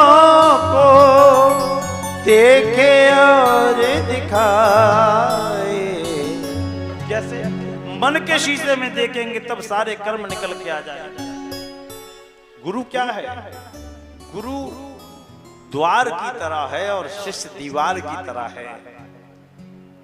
मान के चलो एक दीवार लगी है, उजाले के लिए द्वार की आवश्यकता है, तो गुरु वो है। और गुरु का मतलब ये नहीं है कि पंडाल में भीड़ लगी है और वो एक प्रचलन चला है मंच से ही गुरु दीक्षा हो जाती है ना, लोग भी स्वीकार कर लेते हैं। असल में आजकल लेवल की पूजा होती है। लेवल जैसे सुबह उठेंगे 5 बजे, पूर्वांचल की ओर देखो, सूर्य उदय होता है, कितना सुंदर दृश्य होता है, बहुत सुंदर प्रकृति छटा, वो फ्री में सीनरी मिलती है। और आप उगते हुए सूर्य की सीनरी लाओगे 2000 रुपए की, तो आपको वो ज्यादा अच्छी लगेगी, क्योंकि उसमें 2000 रुपए का लेवल लगा है। तो व्यक्ति लेवल की पूजा करता है। गुरु भी व्यक्ति करेगा ना देख के, ना ना ना मेरे गुरु पे 35 गाड़ियां, 35 गाड़ियां, 2 हेलीकॉप्टर ना, ऐसा नहीं। हमें देखना है गुरु हमारे लिए तपस्या कितनी करता है, अपना संध्या वंदन गायत्री कितनी करता है, अपना खुद का जप कितना करता है। जब खुद में हम में एनर्जी नहीं है तो हम किसी को क्या देंगे। नित्य सूर्य अर्घ करता है कि नहीं करता? तपस्या का नाम गुरु है। बोलो राधे कृष्ण। कन्याओं ने ज्ञान दिया कि आपके नैनों में दृगदोष लग गया है। व्यास जी ने उनकी भी बात नहीं सुनी, आगे बढ़ते गए। और आगे बढ़े तो क्या देखा कि वृक्षों ने कहा, पुत्रों ने पुत्र से कहा चलोगे कि नहीं? पुत्र बोले नहीं। फिर व्यास जी वहां से वापस आ गए और आके अपनी कुटिया में बैठे हैं और नेत्रों से जल बह रहा है, अश्रु बह रहे हैं। इतने में नारद जी आए। नारद जी ने कहा पारशर्य महाभाग भवत कचिदात्मनः परितश्यत शारीर आत्मा मनसा एव वा। पारशर्य नंदन आप क्यों रो रहे हैं? तो व्यास जी बोले क्या करें, हमारा पुत्र चला गया। बोले पुत्र का इतना मोह? हाँ। क्यों इतना मोह क्यों? आप तो इतने ज्ञानी हैं, आपको व्यास की उपाधि मिली है। व्यास कोई नाम नहीं था, व्यास एक उपाधि है, आपको उपाधि मिली है, फिर भी इतना मोह। बोले क्या करें, पुत्र पुत्र होता है। बोले आपसे कुछ छूट रहा है। व्यास जी बोले क्या छूट रहा है? मैंने 17 पुराणों की रचना की है। व्यास जी बोले मैंने 17 पुराणों की रचना की है। नारद जी बोले अभी कुछ अधूरा है। क्या? आप 18वां पुराण रचिए, महापुराण श्रीमद् भागवत महापुराण की रचना कीजिए, शांति मिलेगी। ओहो, ब्रह्मा जी ने जो एक भागवत का ज्ञान नारद जी को दिया था, नारद जी ने चतुर्थ श्लोक की भागवत व्यास जी को सुना दी। व्यास जी ने समाधि लगाई और समाधि जैसे लगाई वैसे ही वो 4 श्लोक 18,000 श्लोक बन के फूट पड़े। 335 अध्याय 12 स्कंद 18,000 श्लोक प्रतिपादित हो गए और श्रीमद् भागवत महापुराण की रचना हो गई। बोले श्रीमद् भागवत महापुराण की जय हो। बोले कि इतनी आत्म शांति मिली है मुझे। नारद जी बोले शांति ढूंढने पे नहीं मिलती, शांति तो ईश्वर के निकट होने में मिलती है। प्रसंग कहाँ का लिया गया? प्रसंग लिया गया जहाँ महाभारत का अंत हुआ है, वहां भागवत जी का प्रारंभ हुआ है। प्रसंग कहाँ का लिया? बोले कि जब आदरणीय भीमसेन ने दुष्ट दुर्योधन की जंघा को तोड़ दिया था। यदा मृधे कौरव संजयानाम वीरश्वथे वीर गतिम गतेषु।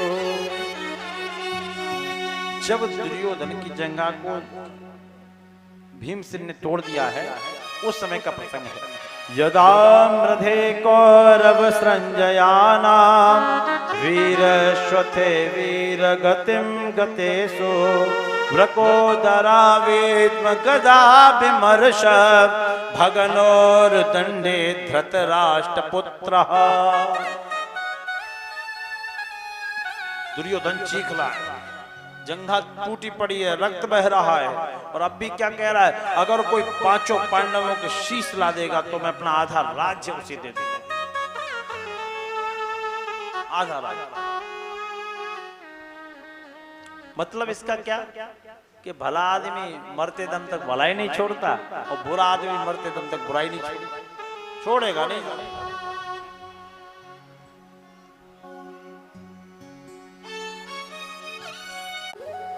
ले गया दुष्ट दुर्योधन के पास, मित्र देखो मैं पांचों पांडवों के शीश ले आया। दुर्योधन प्रसन्न होने लगा, जैसे प्रकाश किया कि देख लो भीम का शीश कौन सा है, उसको अपने हाथों से दबाऊंगा, तो उनमें भीम का शीश कोई था ही नहीं। दुर्योधन समझ गया, दुष्ट अश्वत्थामा तूने अच्छा नहीं किया, मेरे नहीं थे मेरे भाई के तो थे, मेरे नहीं थे मेरे भाई के तो थे। मरते समय व्यक्ति को अपने खून के रिश्ते याद आते हैं, खून के रिश्ते दोबारा नहीं मिलते, मरते वक्त खून के रिश्ते याद आए, मेरा वंश तो चलता, मेरे तो मर गए, मेरे नहीं थे मेरे भाई के तो थे, और तूने मेरे भाई के इस टुकड़ों को काट दिया। इतने में क्या हुआ कि रक्त की धार बहती बहती द्रौपदी के पास आई, उसको महसूस हुआ, उसने कहा ये क्या, ये क्या, मेरे पास रक्त पड़ा है, रक्त की धार बह रही है। द्रौपदी ने कहा, चादर हटा के देखा तो पांचों पांडवों के पुत्रों के शीश नहीं थे, पुत्र पुत्र बचे थे। दुखित हुई, रोने लगी।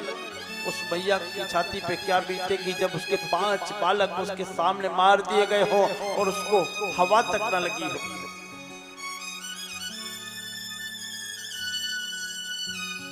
ढेरों में खून बह रहा था, हर अबला खड़ी रो रही थी, द्रौपदी बाल बिखराए हुए लालों पर पड़ी रो रही थी। चीख पुकार मच गई, हजारों उनकी सखियां एकत्रित हो गई। क्या हुआ, क्या हुआ, मेरे पुत्र मुझे छोड़ के चले गए और मैं इतनी अभागन हूं कि अंतिम समय में अपने पुत्रों के चेहरे नहीं देख पाई। ये चीख पांडवों और कन्हैया के कान में पहुंची तो वापस आए। क्या हुआ देवी?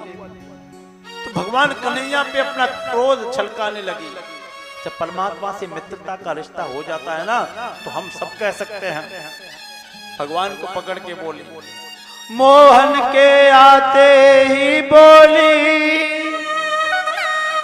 नटवर आओ बेबाकी है, अभी तो मेरे पति बचे हैं, उनको भी मरवा दो, अथवा इस खेल तुम्हारे में कुछ और कसर भी बाकी है। और भी कोई कसर बची है क्या? किसने किया ये सब? अर्जुन ने अपना गांडीव उठाया, मैं उसका संहार कर दूंगा। किसी ने कहा मैंने अश्वत्थामा को इधर आते आते देखा था।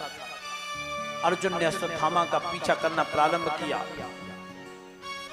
अश्वत्थामा भाग रहा है, अर्जुन पीछे भाग रहे हैं।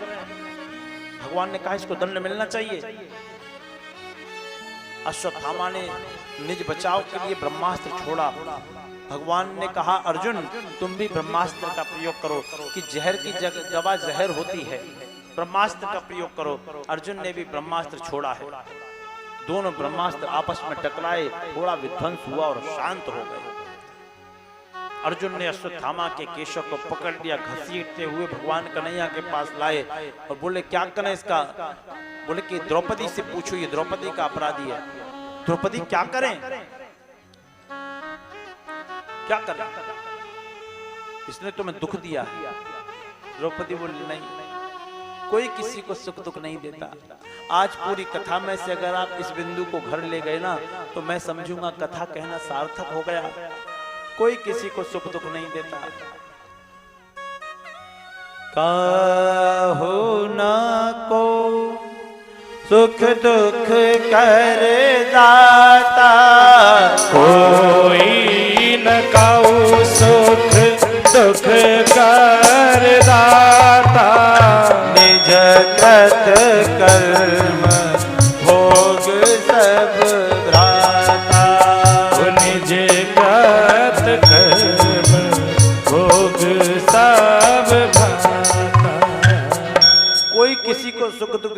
वाला नहीं है, ये तो मेरे कोई पुण्य पाप रहे होंगे जो मुझे ये दुख मिला है, मुझे क्षमा करो।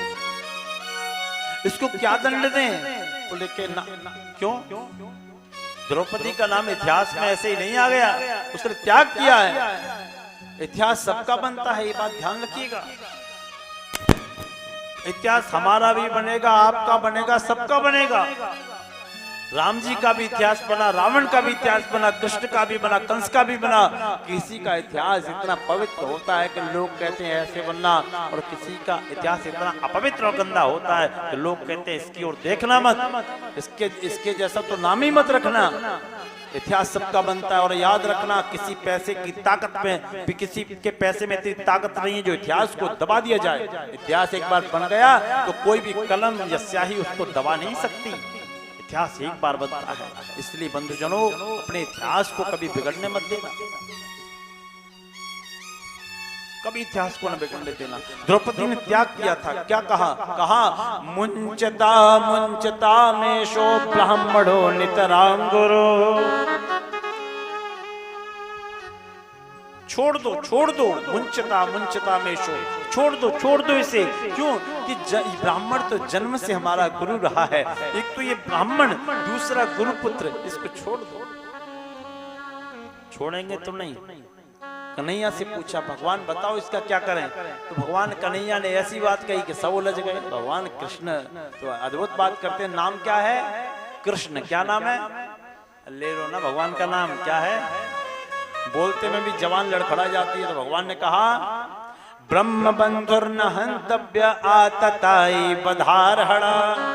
ब्राह्मण को तो मारना नहीं चाहिए और आतताई को छोड़ना नहीं चाहिए। अब भीम बोले, हमारी समझ में ये गणित नहीं आता, ये बताओ क्या करें? तुम तो उलझा देते हो।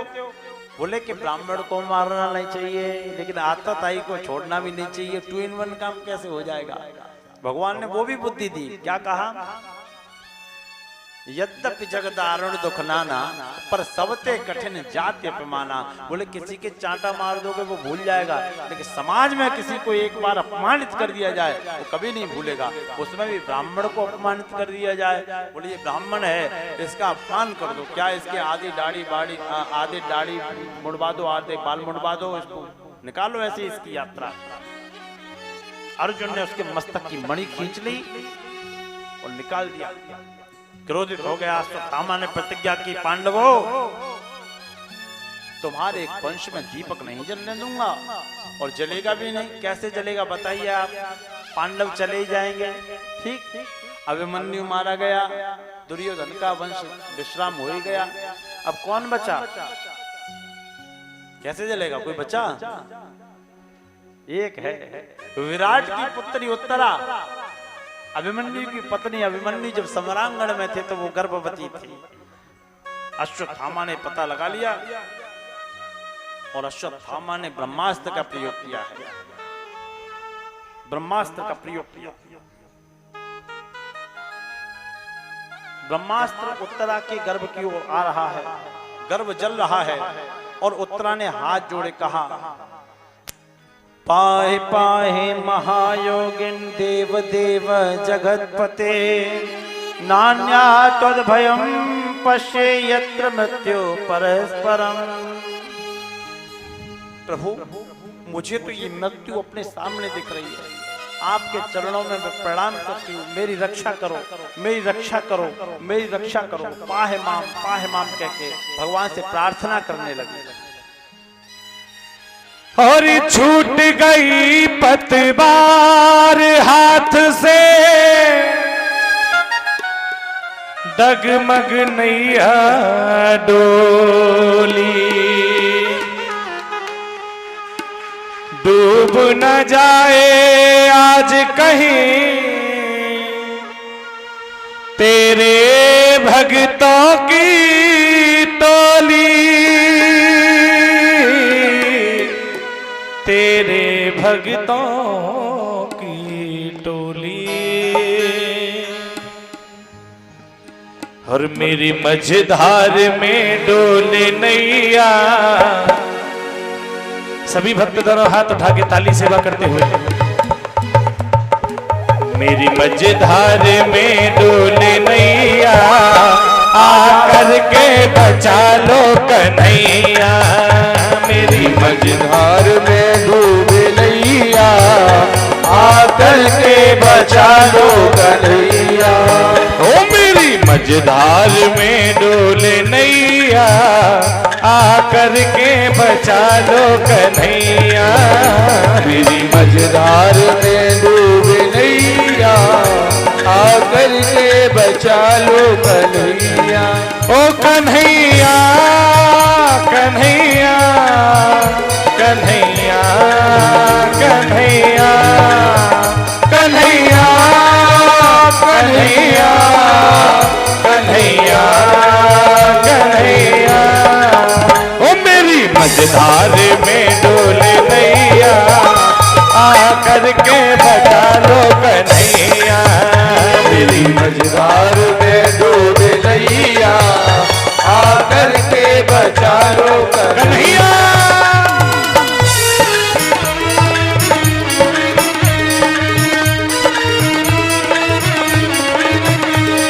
दोनों हाथ उठाइए एकदम सीधे और ताली बजाते हुए। एक बार जोर से बोलो श्री राधेश बाकी बिहारी लाल ये हो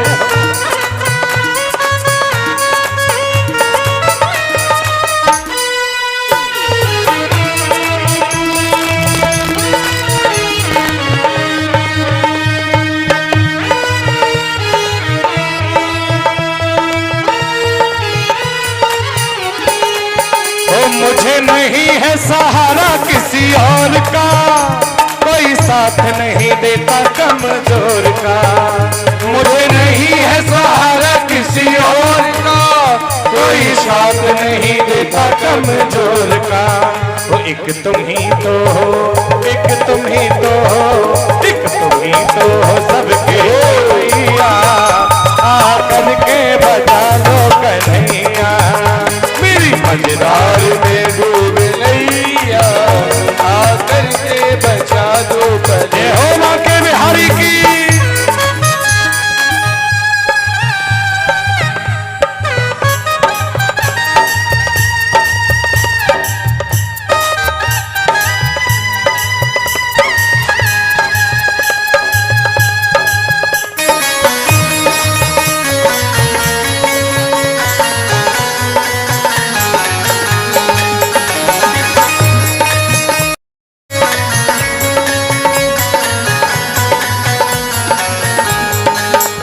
चारों ओर बड़ा ही तूफान है, तेरे भक्तों की खतरे में जान है। चारों ओर बड़ा ही तूफान है, तेरे भक्तों की खतरे की जान है।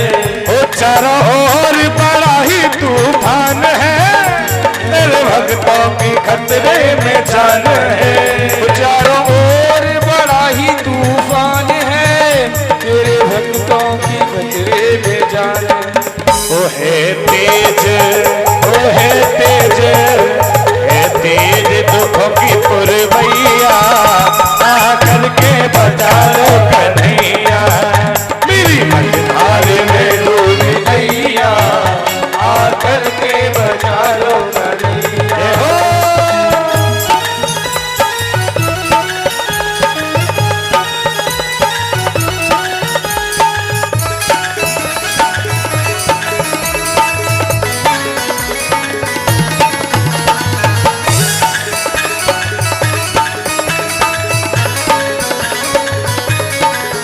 भव सागर से तराना तेरा काम है, और मेरे होठों पे बस तेरा नाम है। भव सागर से तराना तेरा काम है, मेरे होठों पे बस तेरा नाम है। ओ भव सागर से तराना तेरा काम है, मेरे होठों पे बस तेरा नाम है। ओ भव सागर से तराना तेरा काम है, मेरे होठों पे बस तेरा नाम है। ओ लीला दिखलाओ, ओ लीला दिखलाओ, ओ लीला दिखलाओ रास रचैया। आकर के बचा लो कन्हैया। मेरी मझधार में डूबी नैया आकर के बचा दो कन्हैया। ओ कन्हैया कन्हैया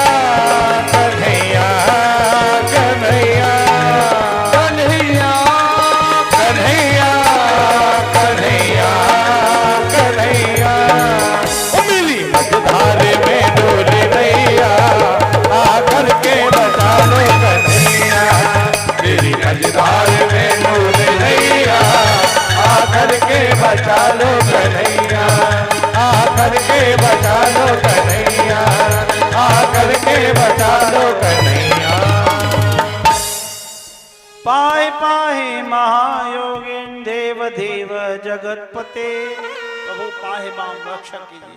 भगवान ने पुकार सुनी तो भगवान ने क्या किया, अंगुष्ठ मात्र ममलम, अंगूठी के बराबर रूप बनाया, उत्तरा के गर्भ में प्रवेश कर गई। जब गर्भ में प्रवेश कर गए तो शंख चक्र को घुमाया, गदा को चलाया, ब्रह्मास्त्र का खंडन कर दिया, बाहर निकल के खड़े हो गए। बोलिए भक्तवत्सल भगवान की जय हो। रक्षा की है। अब सबसे विदा ले रहे हैं कि सबने कुछ न कुछ मांगा। कुंती बुआ डरी सहमी सी खड़ी है। बुआ आपने ही कुछ मांगोगी? क्या दोगे मुझे? क्या दे सकते हो? जो आप कहो वो दे दोगे? हाँ, मांगा, अद्भुत मांगा जो कोई नहीं मांगता। विपदः सन्तु न शाश्वत तत्र तत्र जगत गुरो भवतो दर्शनम यास्या अपुनर्भव दर्शनम। क्या विपदो सन्तु न शाश्वत, मुझे विपत्ति पर विपत्ति, विपत्ति पर विपत्ति, विपत्ति पर विपत्ति मिले। और कैसी विपत्ति? तत्र तत्र जगत गुरु भवतो दर्शनम यास्य अपुनर्भव दर्शनम। और ऐसी विपत्ति मिले कि जैसे अभी दर्शन हुए हैं फिर भी वैसे ही दर्शन। और राधे वो तुमने दुख के अलावा देखा ही क्या? दुख ही दुख तो देखा है। बोले लाला दुख का मतलब तो आप जानते हैं, फिर भी मुझसे कहलवा रहे हैं। कहे हनुमंत विपते प्रभु सोई, जब तब सुमिरन भजन न होई। जो क्षण ईश्वर के भजन के बिना, दर्शन के बिना निकले वो दुख का समय है। ऐसा समय कभी आया था? हम कौशल्या जी ने राम जी से कहा, लाल तेरे बिना जो 14 वर्ष निकले हैं मेरे जीवन में 14 वर्ष वापस ला दे। भगवान ने कहा एवमस्तु तथास्तु। जाने लगे तो भगवान ने पांडवों को याद दिलाया कि बड़े भूतगर्ज हो, एक कोई ऐसा रह गया है जिससे मिलना भी बाकी है। कौन? इस साम्राज्य के पुरोधा महामहिम पितामह भीष्म, जिनसे अभी भेंट बाकी है। पितामह भीष्म के पास पांडव गए। भगवान कन्हैया पहुंचे, पितामह ने प्रणाम किया, कहा ठाकुर प्रणाम करता हूं, आशीर्वाद है।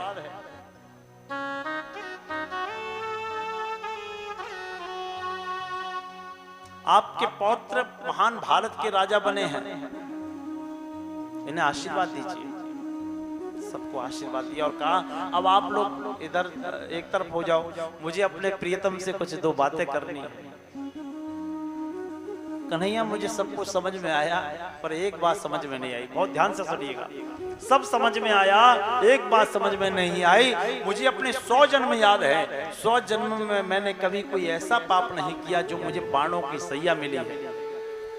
ऐसा क्यों हुआ?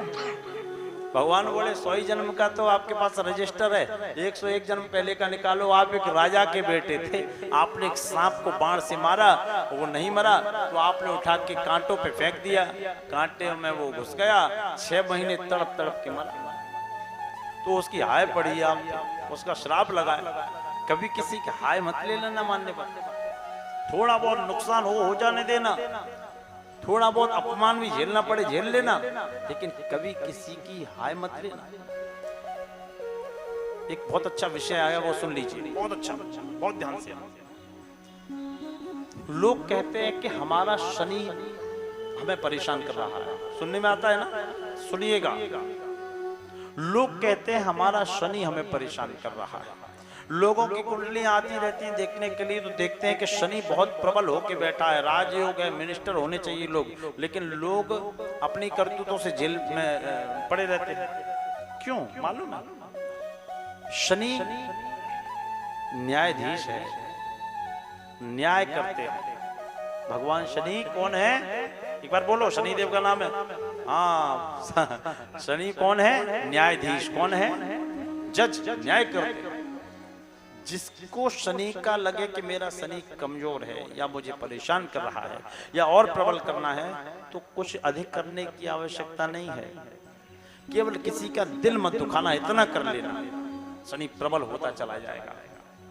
शनि सब कुछ देते हैं, राजयोग देंगे, वैभव देंगे, ऐश्वर्य देंगे, लेकिन आपके अनुसार नहीं, अपने अनुसार। पहले तो आपको ठोक पीट के पात्र बनाएंगे, जब आपका पात्र गहरा हो जाएगा तब उसमें डालेंगे। गरीबों की हमेशा मदद करना, बुजुर्गों का सम्मान करना, किसी के दिल को न दुखाना, धोखाधड़ी न करना, इसी से शनि प्रबल होता है। तो आपको 100 जन्म ही तो याद है, तो आपने उसकी हाय ले ली सांप की, आपने उसका श्राप लिया है, तो इसलिए आप बाणों की सैया पे पड़े हैं। तो भगवान से भीष्म पितामह बोले, अब ये मित्रता की बातें हो रही हैं। भगवान बोले ये क्या बात है? हाँ, 101 जन्म पहले आपने जो दंड दिया है वो 101 जन्म पहले का दंड है, और आज आप वो दंड हमें दे रहे हैं, ये बात कुछ जमी नहीं। भगवान बोले इसमें जमने वाली क्या बात है?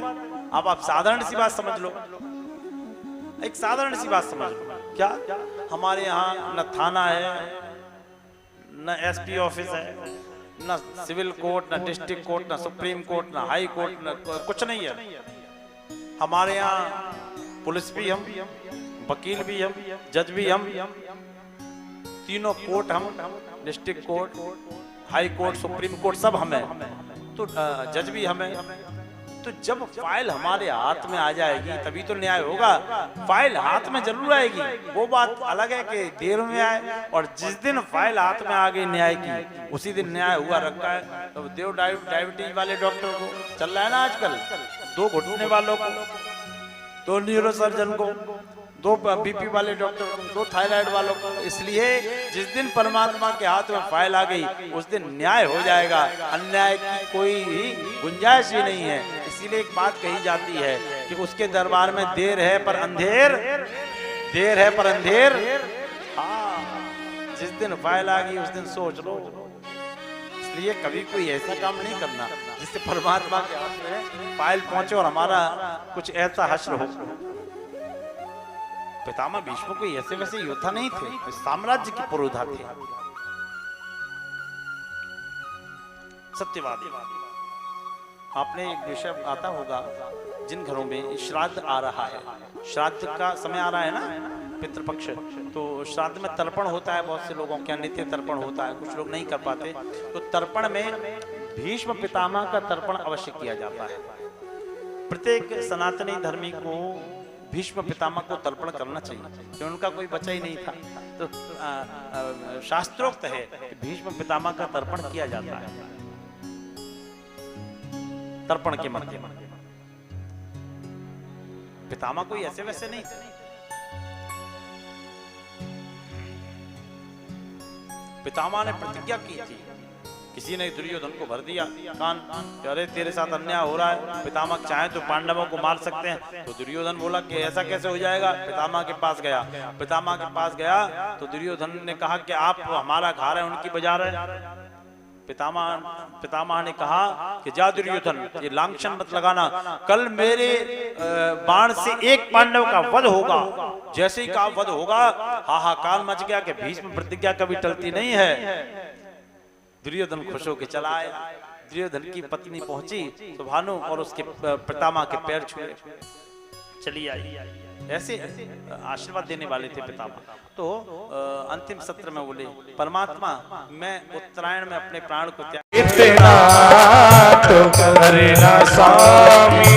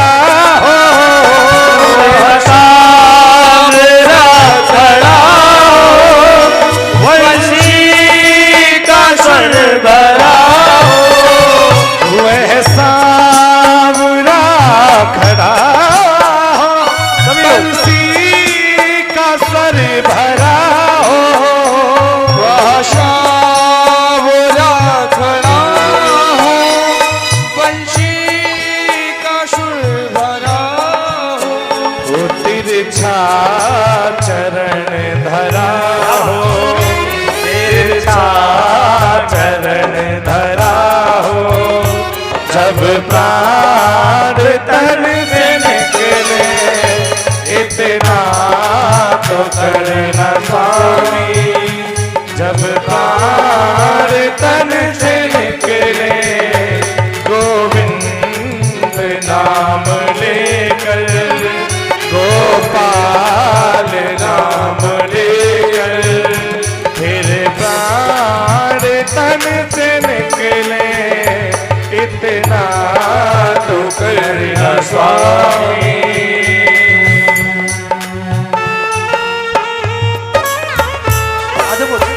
इस झांकी को अपने अंदर देखो।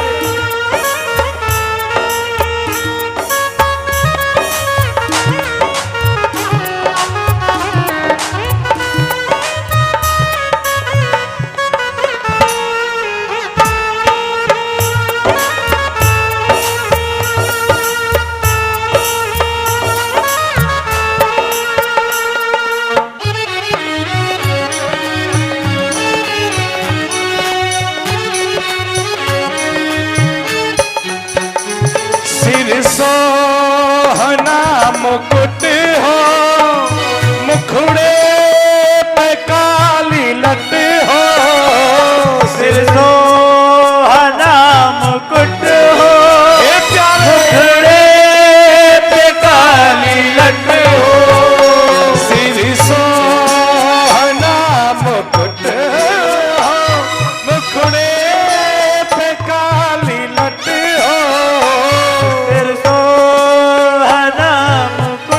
हो, मुखड़े पे काली लट हो।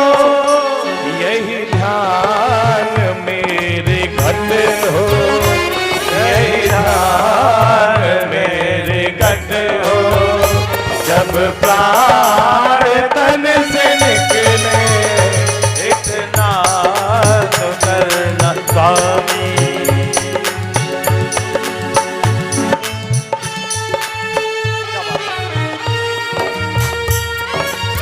हे गोविंद, हे मधुसूदन, हे नंदनंदन,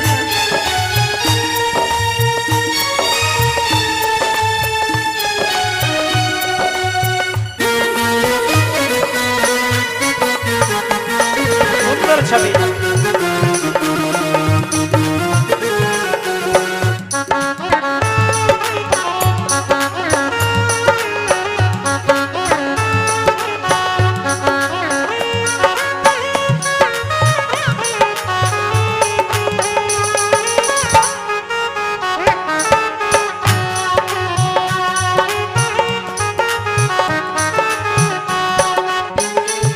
जब प्राण कंठ आवे, कोई रोग ना सतावे।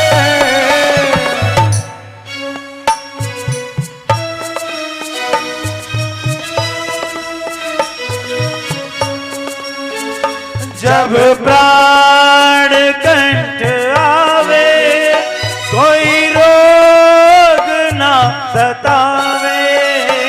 जब प्राण कंठ आवे, कोई रोग ना सतावे। यम दर्श ना दिखावे, यम दर्श ना दिखावे। जब प्राण तन से निकले इतना तो करना स्वामी। जब प्राण तन से निकले गोविंद नाम लेकर, गोविंद गोपाल नाम लेकर, तेरे प्राण तन से निकले इतना तो करना स्वामी।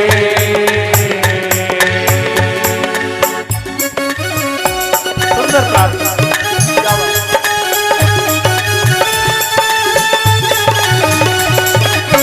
भक्तवत्सल भगवान की। हे गोविंद,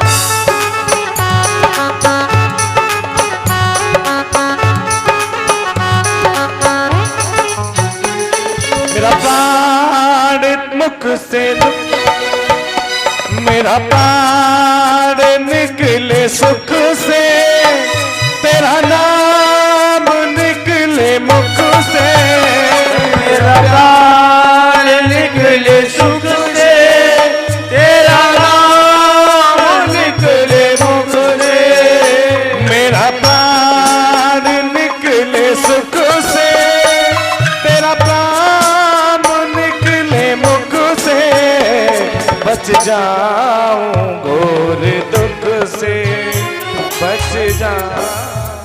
एक बार दिल से सब लोग जिनको कन्हैया से प्रेम और विश्वास है सामने ये बात सब लोग बोलना, आंख बंद करके आंख खोल के दिल से जैसा मन बोले।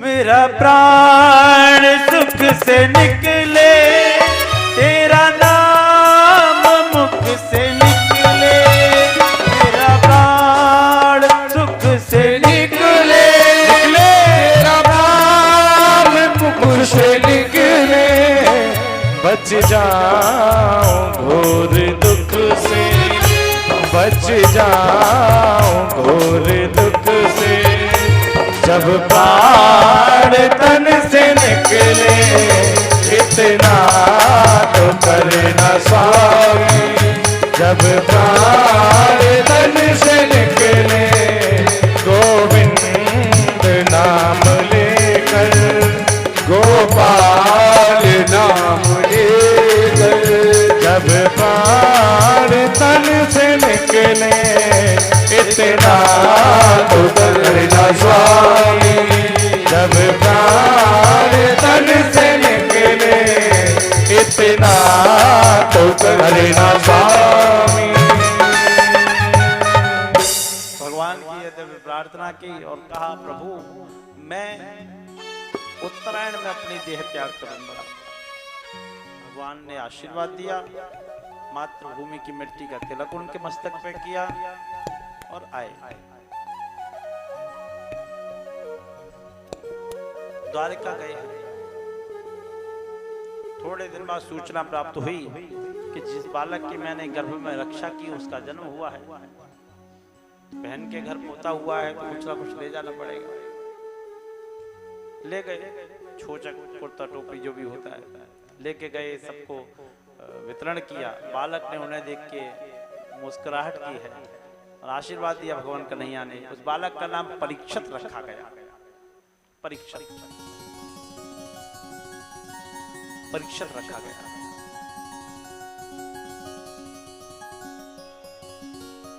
हमारे नवादा से हैं, मक्खनपुर पड़ता है ना, तो इनसे पहले सुनील जी थे। आप आए हैं, अतिथि स्वरूप हैं।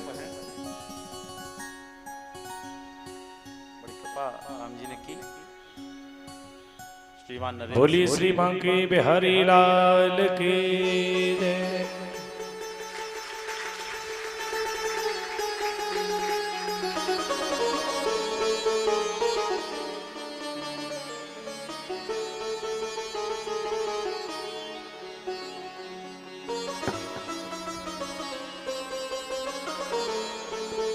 बोलिए व्यास नंदन भगवान की जय। बोलिए भक्त और भगवान की जय।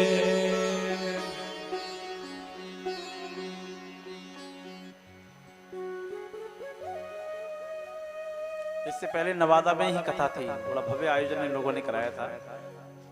और श्रीमान नरेंद्र सिंह जी हैं, अरुण जी के पिताजी हैं। बड़ी दिव्यता और भव्यता, नारायण बड़ी कृपा, मेरा जी।